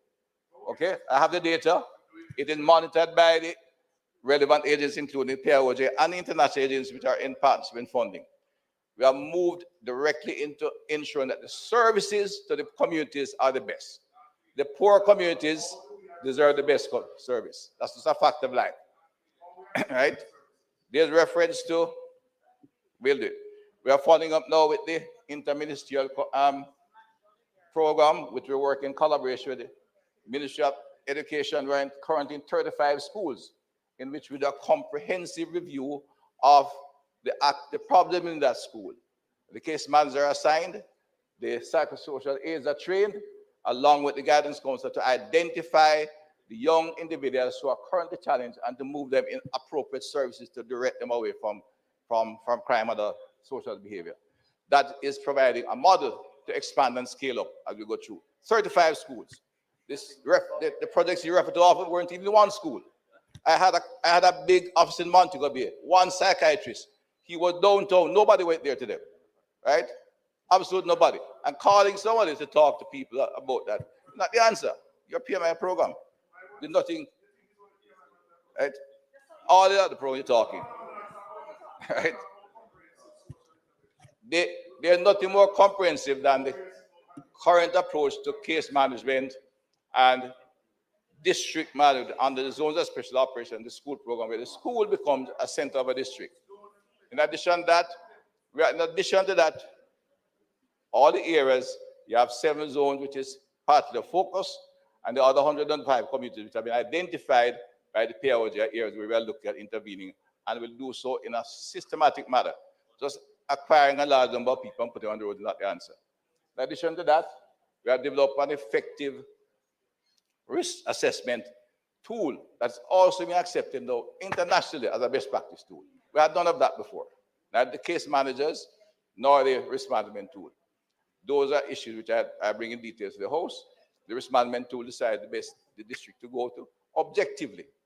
And that we are proceeding along the line. We are working now to provide a data center where you have a commonality of the data acquired to be able to, in real time, evaluate the impact of the work in the communities we are dealing with. We have spent billions of dollars, and crime went up and up and up, despite of those programs referred to by the member from Southeast Central. It was, during that time, huge sums are being spent on your social intervention programs. Nothing was done to bring crime down. Where we are operating, in the districts we are operating, the impact is showing. I'll bring the data to you, and we'll scale them up. The ministry is not taking over social services. We are coordinating and collaborating to ensure that the relevant agencies, health, social security, education, labor and social security, their funds will be spent appropriately and efficiently, and we will provide the data if we so wish. But it's a comprehensive, holistic approach, which is monitored by the highest level, at the highest level of government, the permanent secretaries, etc., to ensure that money goes where it should go, the people who are in need of it get the money, and in the end, we are monitored by the City Security Secretariat, as has been objectively and professionally, and providing the kind of service that was never done before. Right? So, Madam Speaker, I just make a note of it. In due course, you'll get it.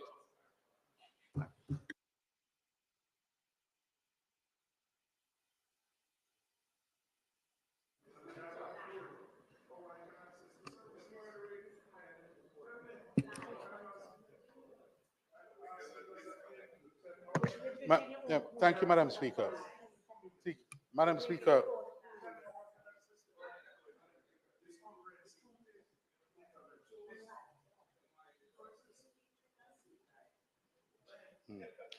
thank you, Madam Speaker. The truth is, this debate didn't start today, and it's going to continue.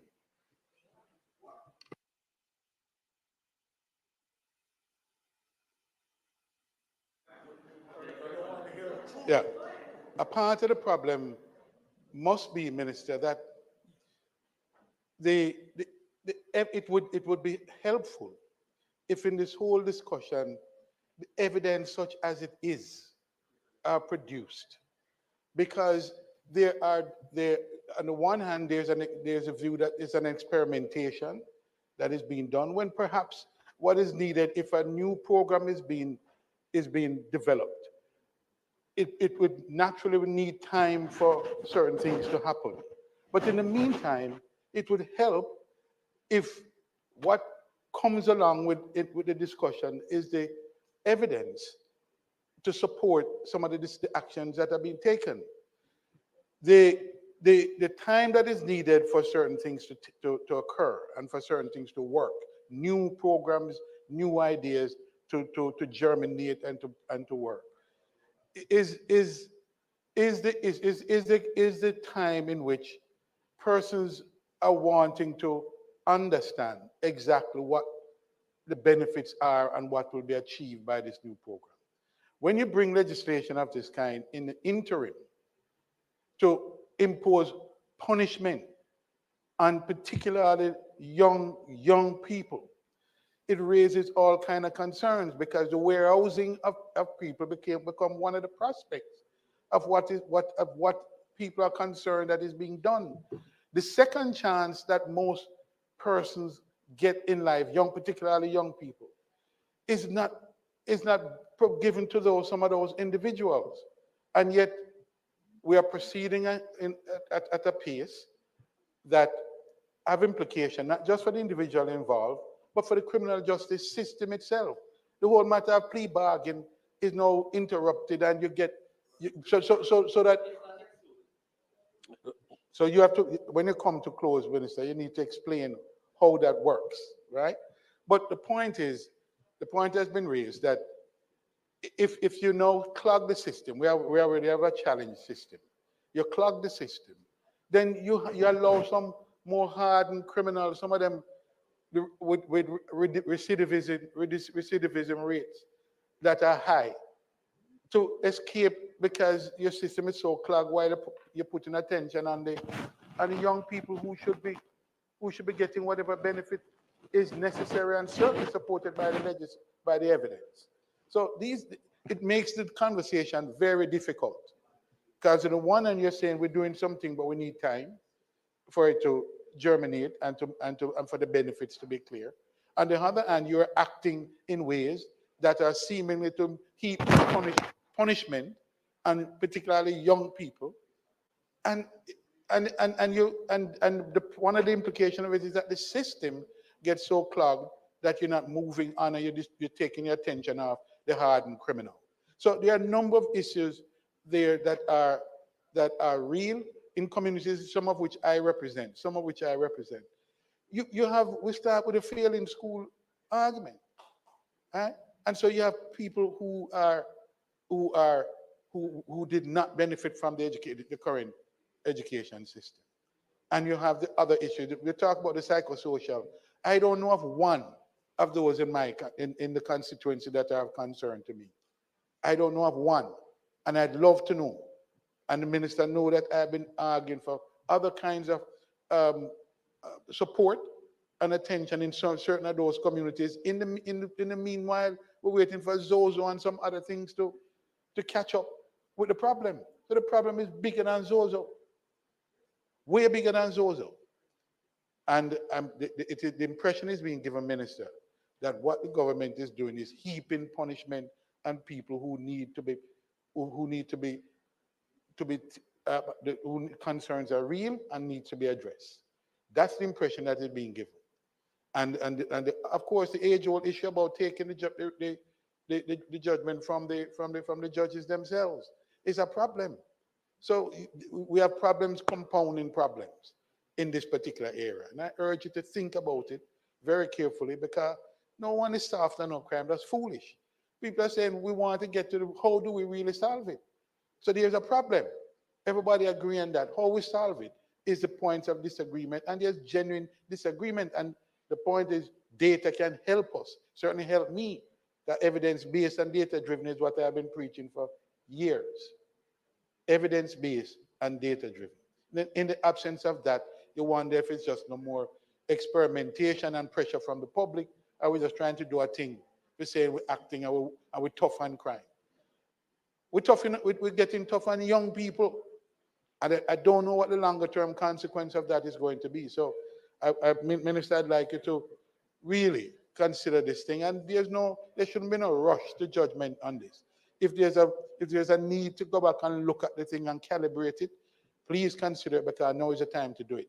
Not after we passed it and we see that it is the impact or the unintended consequences other than we intended.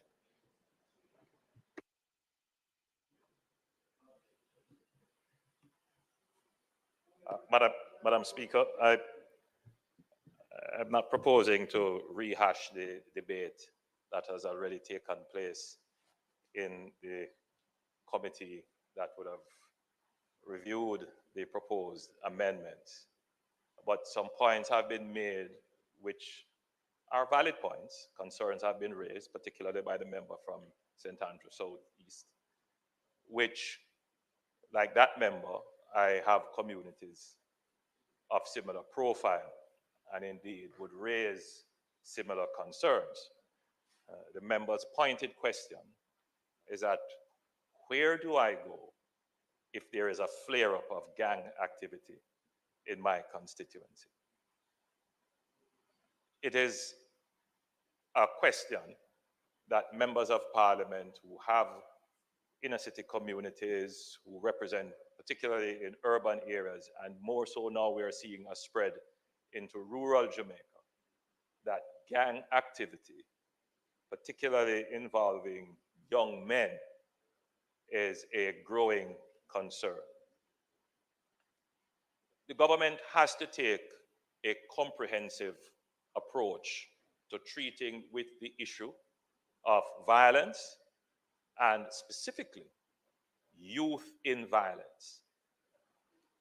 I want to inform the member that when it comes to gang activity, flare up in communities, especially if it involves youth, yes, you may need social work intervention.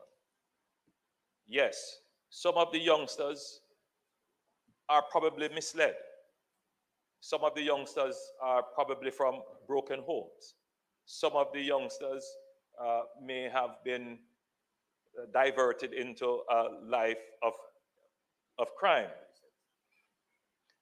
And it requires clinical, sometimes, intervention, psychological intervention, and for want of a better term, a kind of social support, social work kind of intervention. There are many agencies of government that provide that kind of support.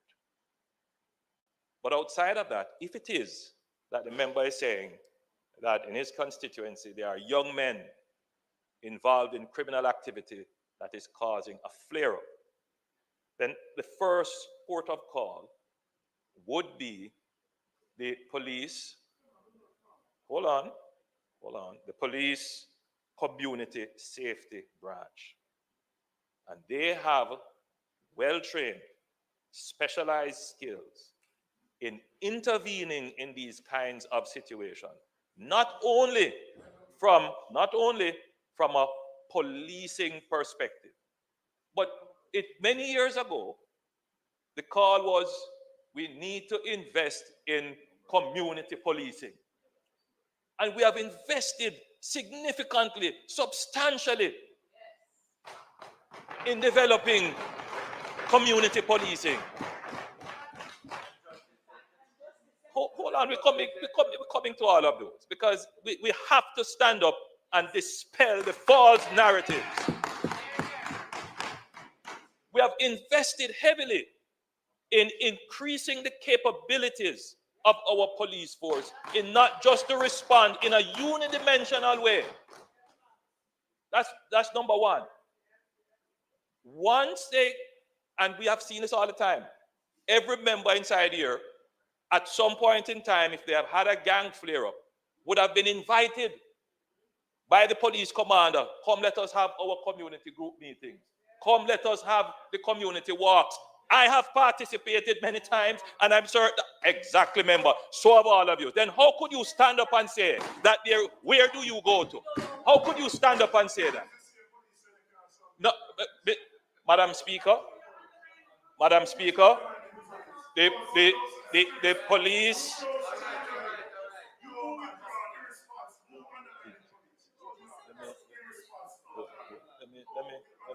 Let me address that. So it is not accurate, and I'm being euphemistic, to say there is nowhere to reach out. The appropriate place where the intervention for criminal activity, youth deviance that is aligned with criminal activity is in the police. That's number one. Outside of that, Madam Speaker,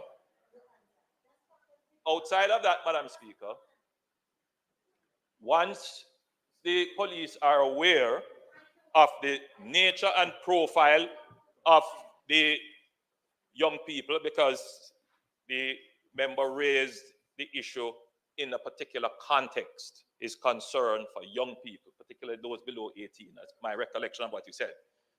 Now, once the profile of the problem has been established, and they have dealt with the criminal element, and they have established safety, then they move now to the case managers. They have, again, specialized resources in the police force. Again, not unidimensionally focused on just merely policing. The numbers, we must admit, would not be appropriate and sufficient to the magnitude of the problem. But I would say definitively that the numbers are increasing and the investment to support them is increasing. And that is without question. Those case managers, along with other resources, including the justice centers, including support from JSF, all of them come together to focus on the community. Now, if the situation rises to the level, Madam Speaker, where it has been established that the intervention requires more than regular policing, then we would declare a zone of special operations, which we have done, and they have been successful in the communities that have traditionally flared up, and it has worked effectively, without question, Madam Speaker. And that brings together all the state agencies that focus development support in the communities.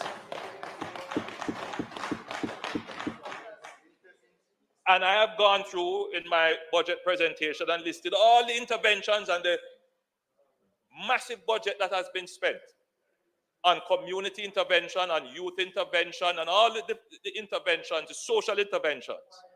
Now, bear in mind, Madam Speaker, bear in mind that outside of the zones of special operations and the efforts of the security forces, the problem of unattached youth is one that one of the greatest methods of intervention for unattached young people. Yes, they need guidance and they need the social work, but you know what? Madam Speaker, member from Southeast, they also need work. Their hands and minds and hearts need to be engaged.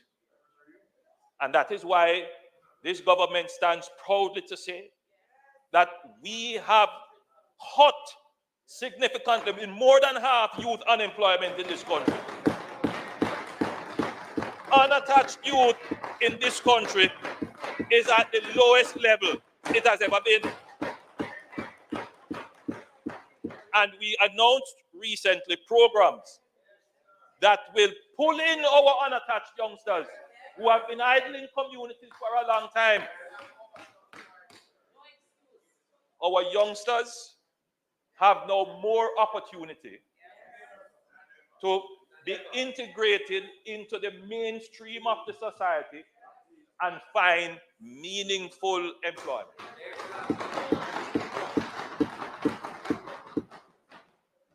This does not say, Madam Speaker, that we still do not have, as every society would have, a problem with youth deviance. Youngsters who are misguided, youngsters who have psychological problems, youngsters who fall in conflict with the law for whatever reason. That is why we have put resources into the CPF-SA. We have enhanced the capacities of both the Justice Center, but more so the Ministry of Education through schools, right? We have made a massive investment, Madam Speaker. One of the most advanced intervention capabilities in the therapeutic center, which we have built at Maxfield, is it Maxfield Park Children's Home. In effect, Madam Speaker, we intend to expand this with at least, I think, plans for 2 others, which bring together all the clinical and psychological interventions necessary to treat with our youngsters in that way. So I want to strongly counteract this narrative that there is no coordinated effort of the government. There is a study, Madam Speaker, done by Capri, and it looked at the government's intervention strategy between 2007 to 2018. It's a 10-year study. And that study concluded, Madam Speaker, that close to 70% of the budget for intervention did not reach to the target who needed it, the young people. So we did, and that is why we mainstream the budget into the agencies that are already paid to deliver those services. And that is why, under this strategy, we are able to have institutional development, as you are seeing with the police. There's no question, no one can question the investment in the institutional development of the police force. That is why you're seeing an expansion in the outreach of the Ministry of Justice in a coordinated and strategic way with the justice centers, with mediation. That is why you're seeing greater output from the Ministry of Education in dealing with our young people, particularly through the CPF-SA. That is why you're seeing interventions being targeted through JSIF with the zones of special operations. So this false notion must be destroyed in the minds of the public. Now, Madam Speaker, there is the argument being preferred, again, another smoke screen. We must bring the evidence. Bring the evidence. But look, when as legislators, we cannot legislate by emotion. Right? We can't just get up one day and say, we don't like this and therefore. We have to look at the problem from an objective way. We have to be objective in our analysis of the problem. Madam Speaker, the notion that somehow we are going to be warehousing people in our jails. Jamaica has the lowest incarceration rate in the region. The lowest incarceration rate. Now let's just establish, the government is not saying that incarceration is the answer. That's not the argument. Oh, hold on. Relative to other jurisdictions of similar profile of Jamaica, and when you compare our sentencing, different business from jails. Now, when you compare our sentencing system, again, Jamaica is not the, we don't have the strongest sentences. There is value, a deterrence value, in a system of penalties that have strong deterrent effect. There's no question about that.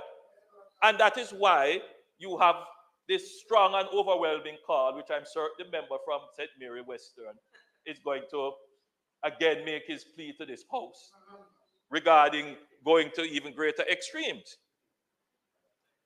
The truth is that we need to revise our sentencing regime to bring it in line with the magnitude of the problem that we have. Now let's look at the numbers. How many youngsters we have charged for murder over the last, say, 5 years? You have the number? Just remind, what's the number? You have it there? No, I just want to know. You are saying, the truth is, you have the number there?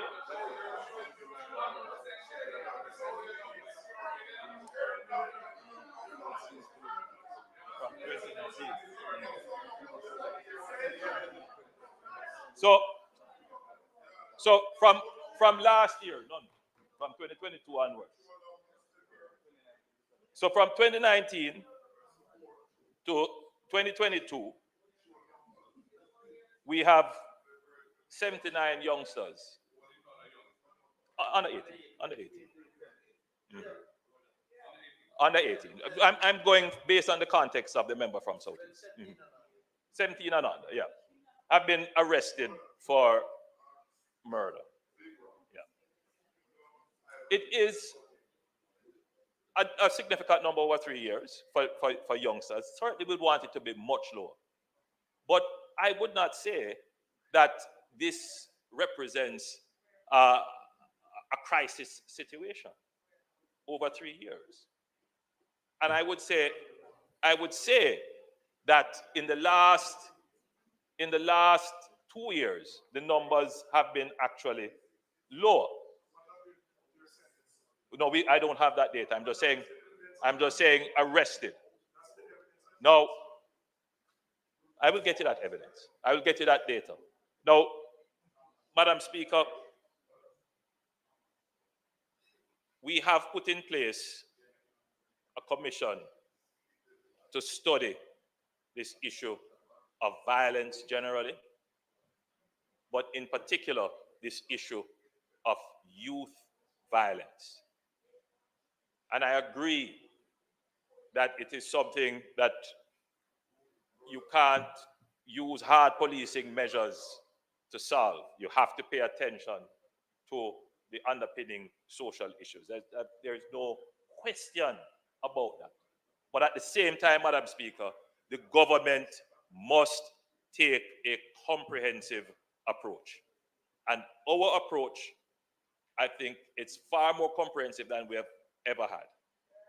Far more comprehensive and strategic than we have ever had.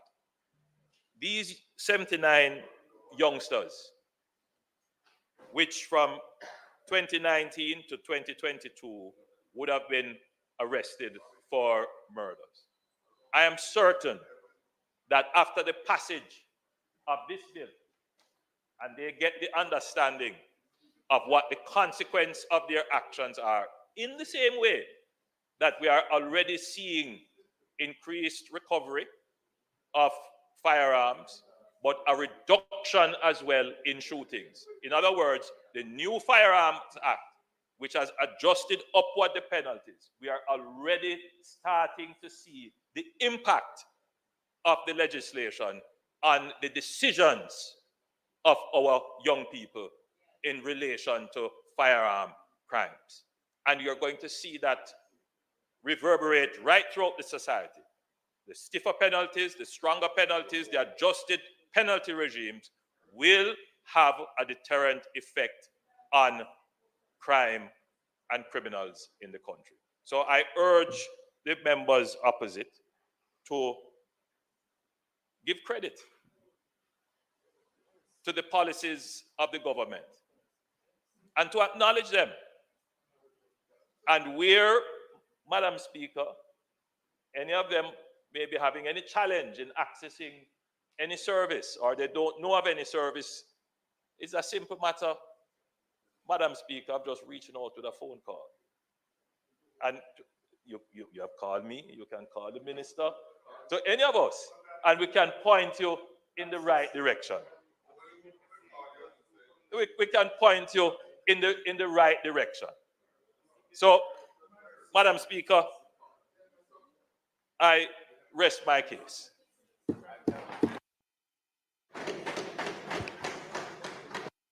So plenty thing what me not ask.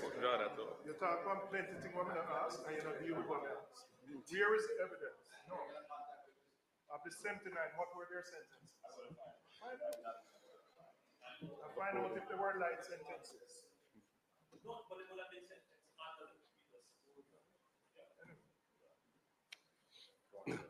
Yeah.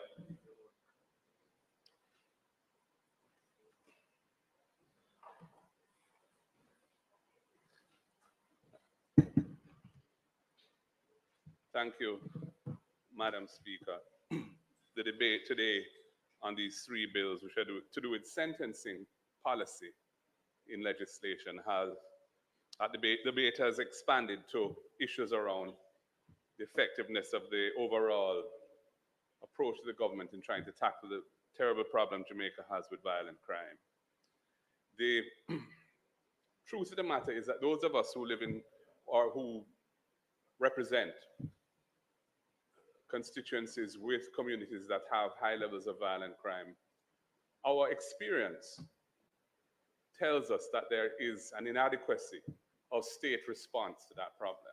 That's something we experience week in, week out.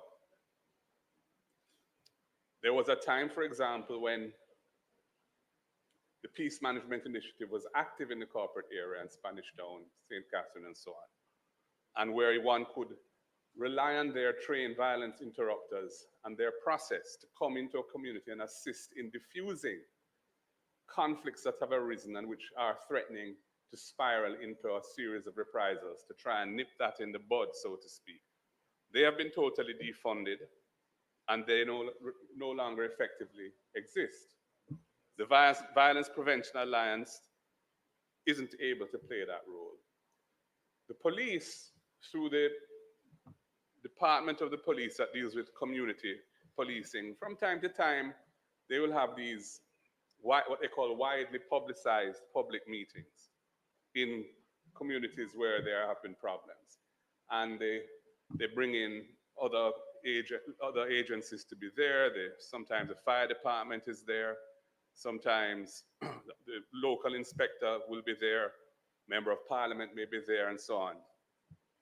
And the community gets to be present and questions are asked and so on. But the reality is that those events really have little impact on the gang violence or the kind of high level of conflict in the community among gunmen that is a real problem that needs to be addressed. So the comment that says that the state really hasn't effectively addressed these problems yet is a valid point, and I don't think our experience suggests that we can accept the arguments that have been put forward by the other side today that there are adequate and effective remedies being proposed or rolled out by the government in this regard. Indeed, were it so that the state's responses are fulsome and well designed and adequate, the private sector wouldn't have to be spending hundreds of millions of dollars on Project STAR to try and make a difference in this very area of life in specific communities. And the Project STAR,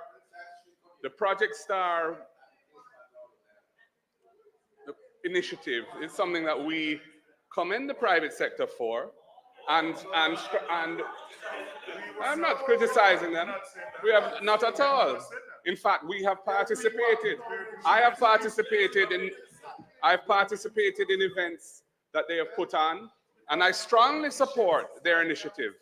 But the point is that it is because of the failure of the state to play that role in an adequate and effective way that the private sector has to be stepping in to fill that breach. That is a reality. That is a reality. And no amount of howling and so on can undermine the reality of that. So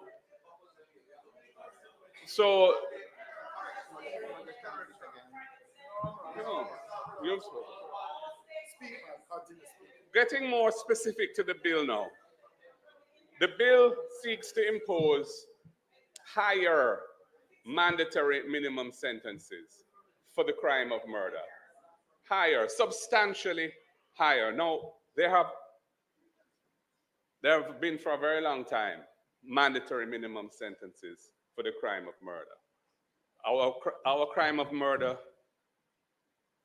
recognizes murders in certain circumstances set out in law which attract the potential death penalty, or if it is not imposed, sentence for life, life imprisonment, and other categories of murder where life imprisonment can be imposed or a term of imprisonment for a specific number of years. And where a term of imprisonment is imposed, there is a minimum below which the court cannot go. And it is that which is being increased.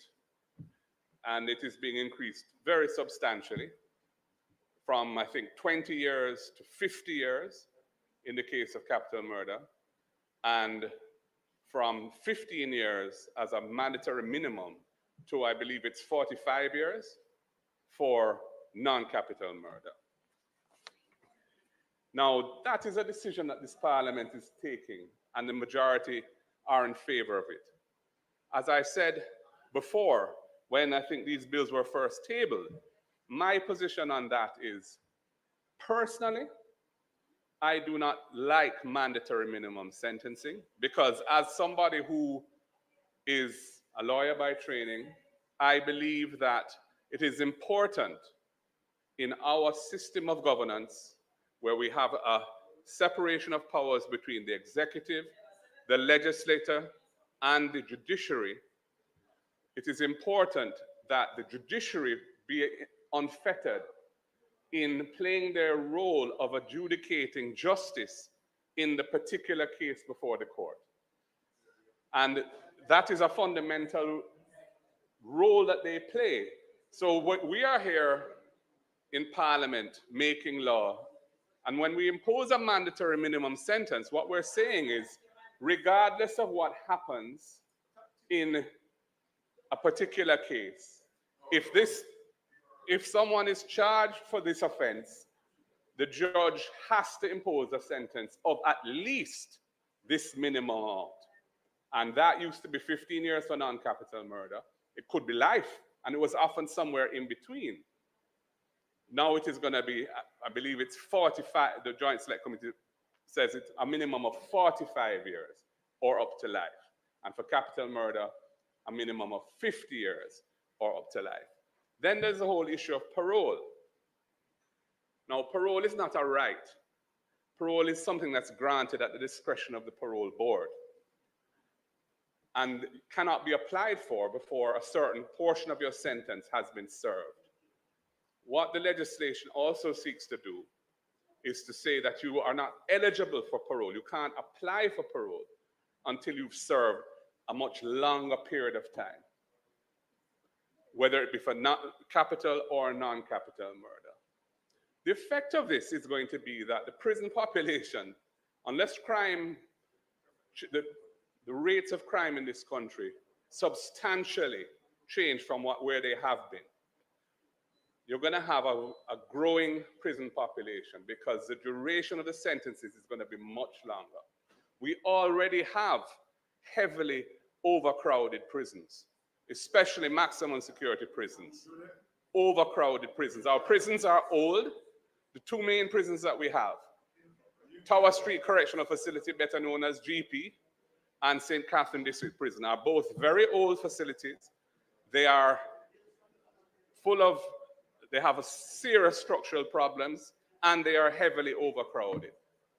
And that situation is going to be worsened by these very high, long mandatory minimum sentences.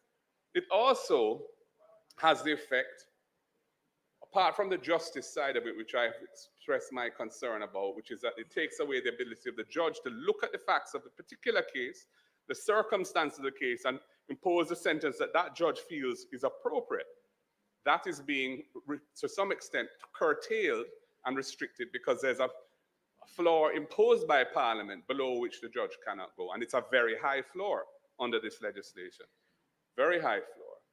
But apart from that, the impact of these very high mandatory minimum sentences on accused persons is that they are going to be and are already increasingly reluctant to plead guilty on the basis that the court can award a discount to them that would make sense for them to accept their responsibility for what they did and go and serve time at the discounted amount that the court has imposed. Rather, the incentive is go to trial, take your chances, and depending on how serious a criminal it is, there are other problems in terms of obstruction of justice, which the system has to contend with, where people are going to trial, interference with witnesses, etc., etc. So there are real downside risks for Parliament to be imposing a regime of very high mandatory minimum sentences. We've done it for firearms, and we've seen already in the court system what is happening in terms of the buildup of cases there in the gun court and circuit courts. And we are now doing it for murder. So these are some of the policy decisions that the government has taken, which have, I think, significant downside risks that we ought to really reflect on in making these decisions. I'm going to turn to the actual provisions in the bill, because I must say I have some concerns. In the amendment to the Child Care and Protection Act, the bill that amends the Child Care and Protection Act seeks to repeal Section 78 of the existing Act and put a new Section 78 in place. And that new Section 78, subsection 3A1, in relation to a capital offense, says that a person who is an adult at sentencing, but who was a child at the time that the offense was committed, is subject to a penalty of 50 years imprisonment. That's the minimum. And the court may specify that the child is not eligible for parole before serving 20 years.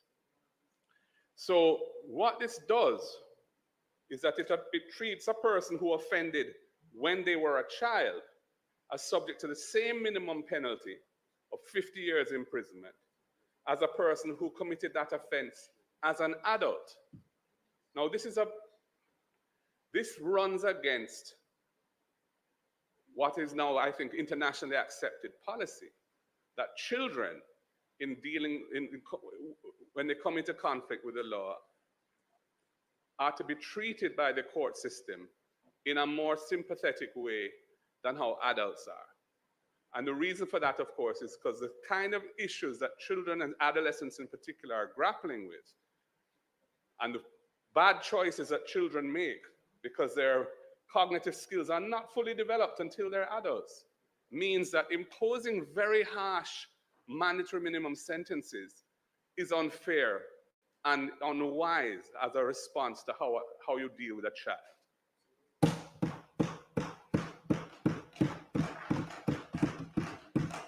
The new section 78(3)(a)(3) applies to an offender who is a child who has attained the age of 14 years.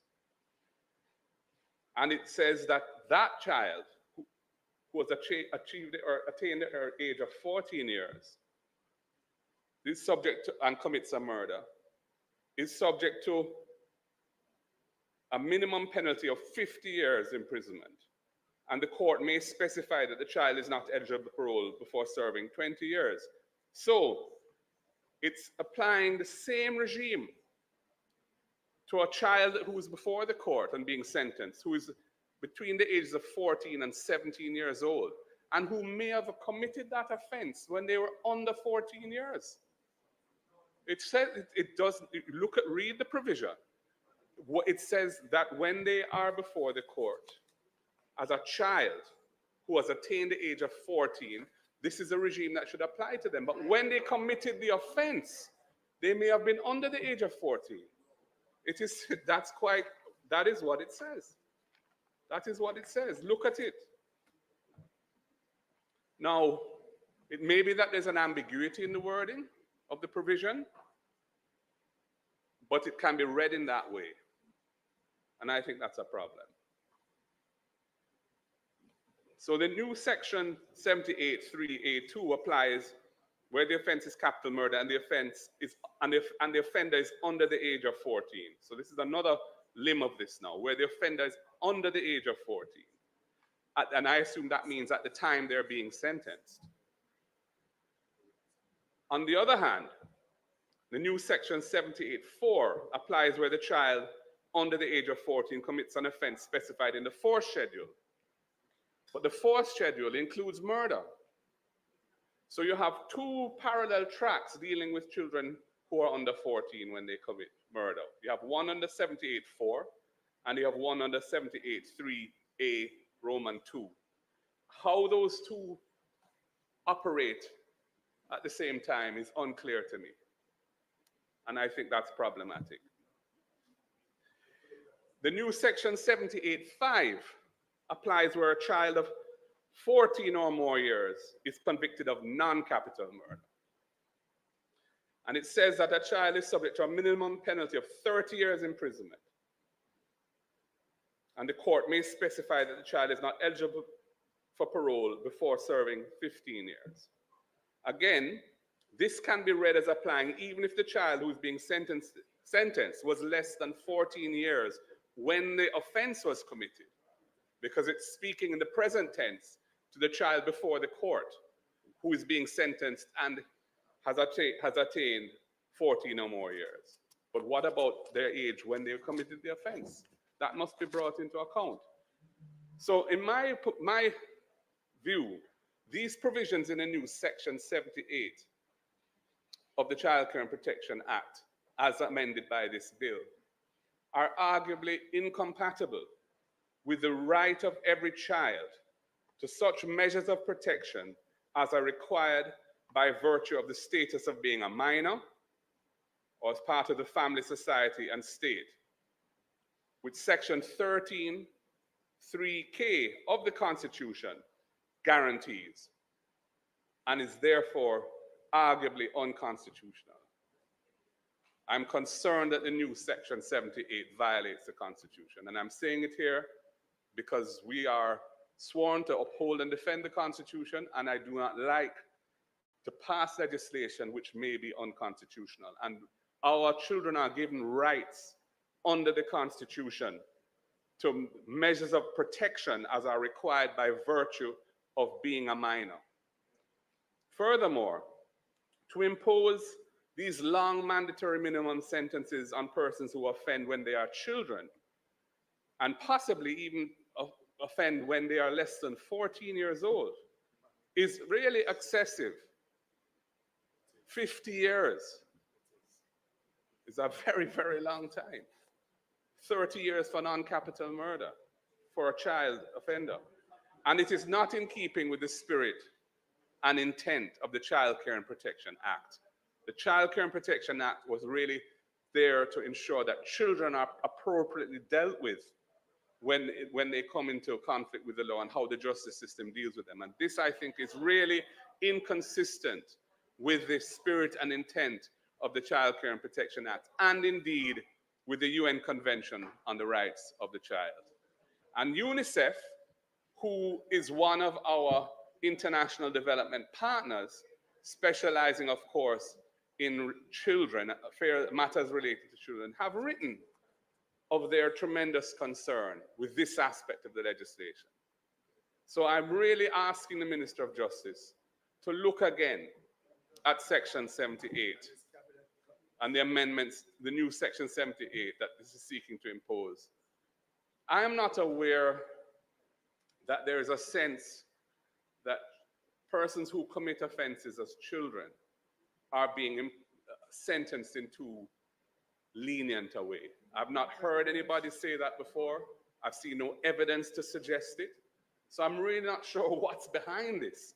But we're really bringing in some extreme provisions here in relation to how we deal with children who have fallen afoul of the law in a very, they've fallen afoul of the law in a very serious way,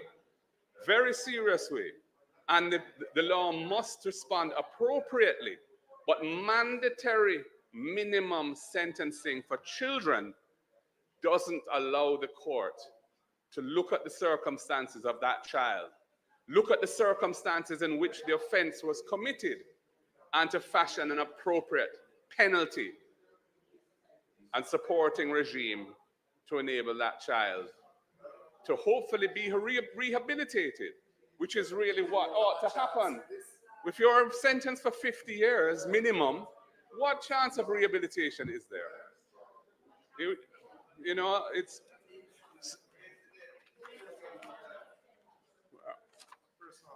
The other point I want to make, Minister, Madam Speaker, relates to the amendment to the Criminal Justice Administration Act.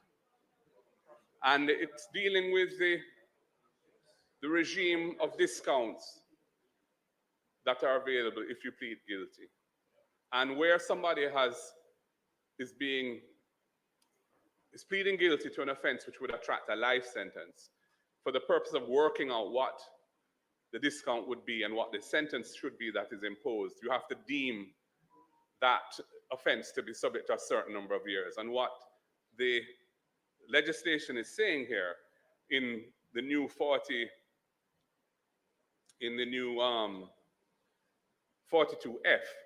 as amended is 50 years, 50.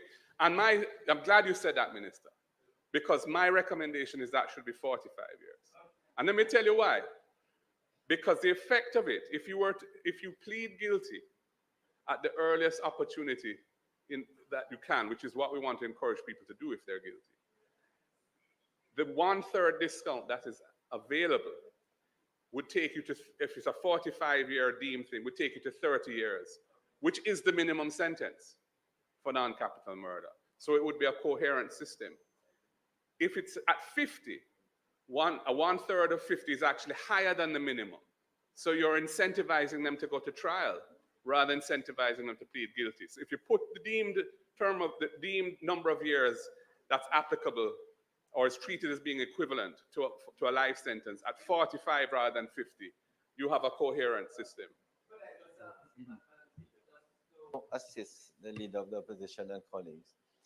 I'm not closing today, but I want to just we have not in this legislation excluded the plea bargaining act.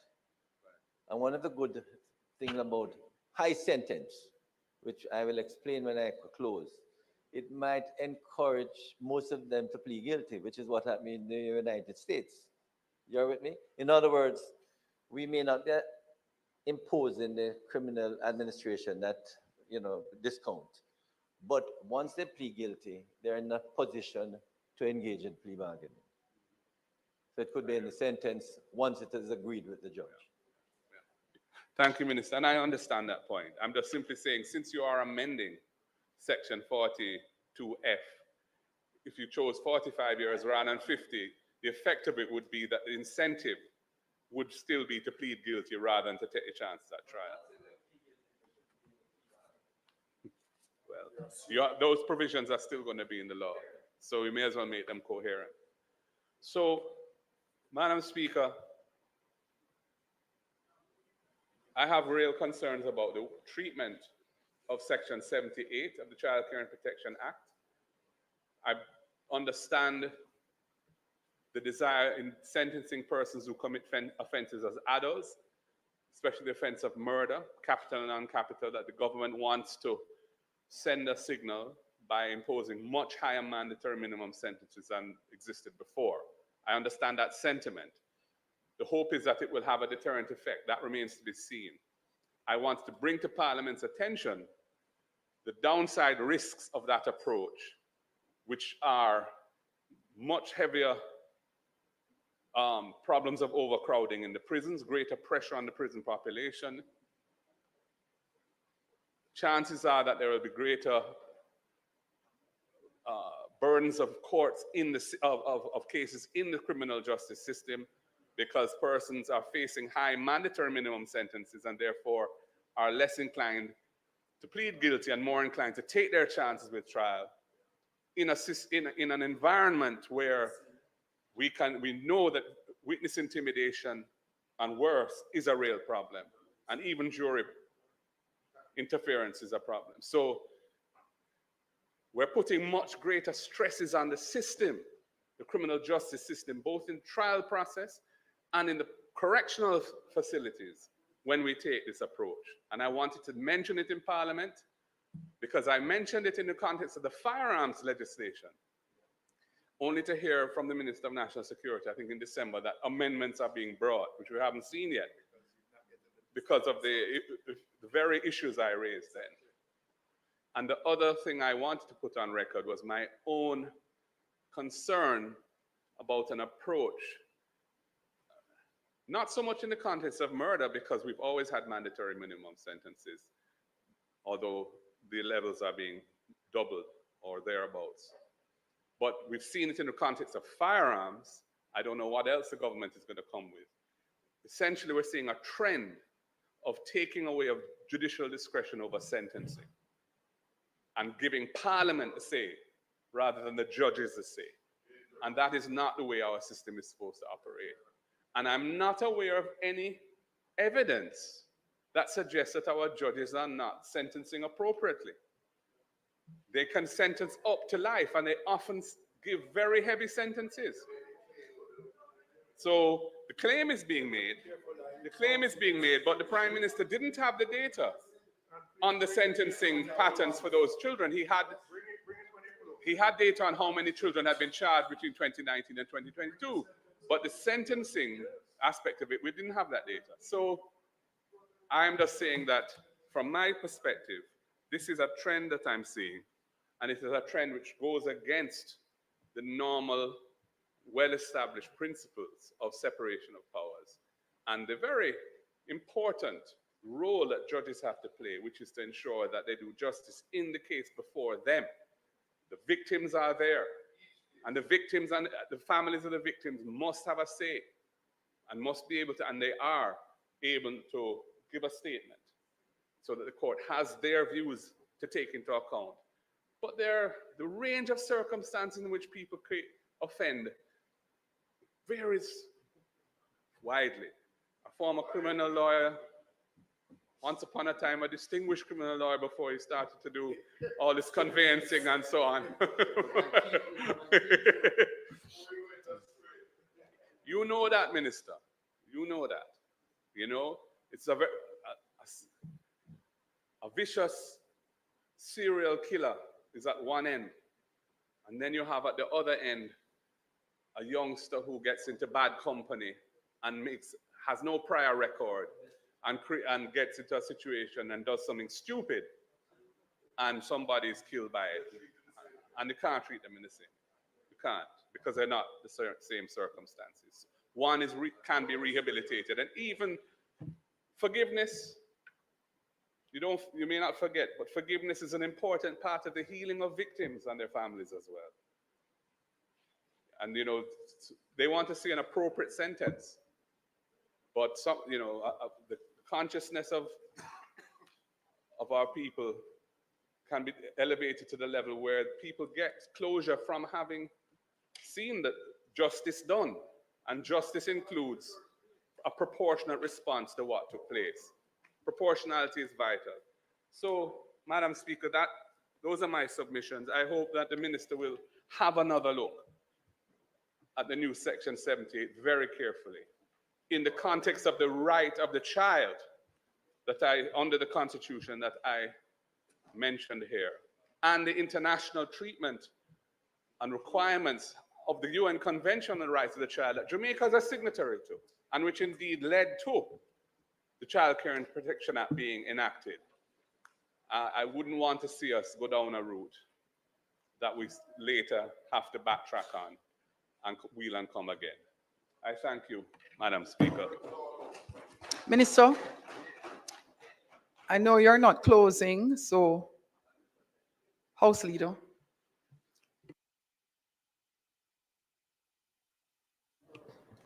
I beg to move that the debate be suspended for another sitting of the House. May it please you. Those in favor? Those against? The ayes have it. House Leader. It's not intended to do any further business for the day. And just at the point, Madam Speaker, of the motion for adjournment, I just wish to restate that next Tuesday, the 30th, we begin officially the sectoral debate, and the appropriate motion will then be moved for that debate to continue through to somewhere about the middle of June. It is intended to have the House meeting 2 days, if possible, depending, of course, on the flow. And also, Madam Speaker, it is our intention to work through the private members' motions and also to deal with question and answer to questions during this session. Madam Speaker, I beg to move, therefore, that the House be adjourned until Tuesday, April 30 at 2 p.m. at the George William Gordon House. May it please you, Madam Speaker. Thanks, House Leader. The question is that the House do now adjourn for Tuesday, April 30, 2024. Those in favor? Those against? The ayes have it. This honorable House now stands adjourned.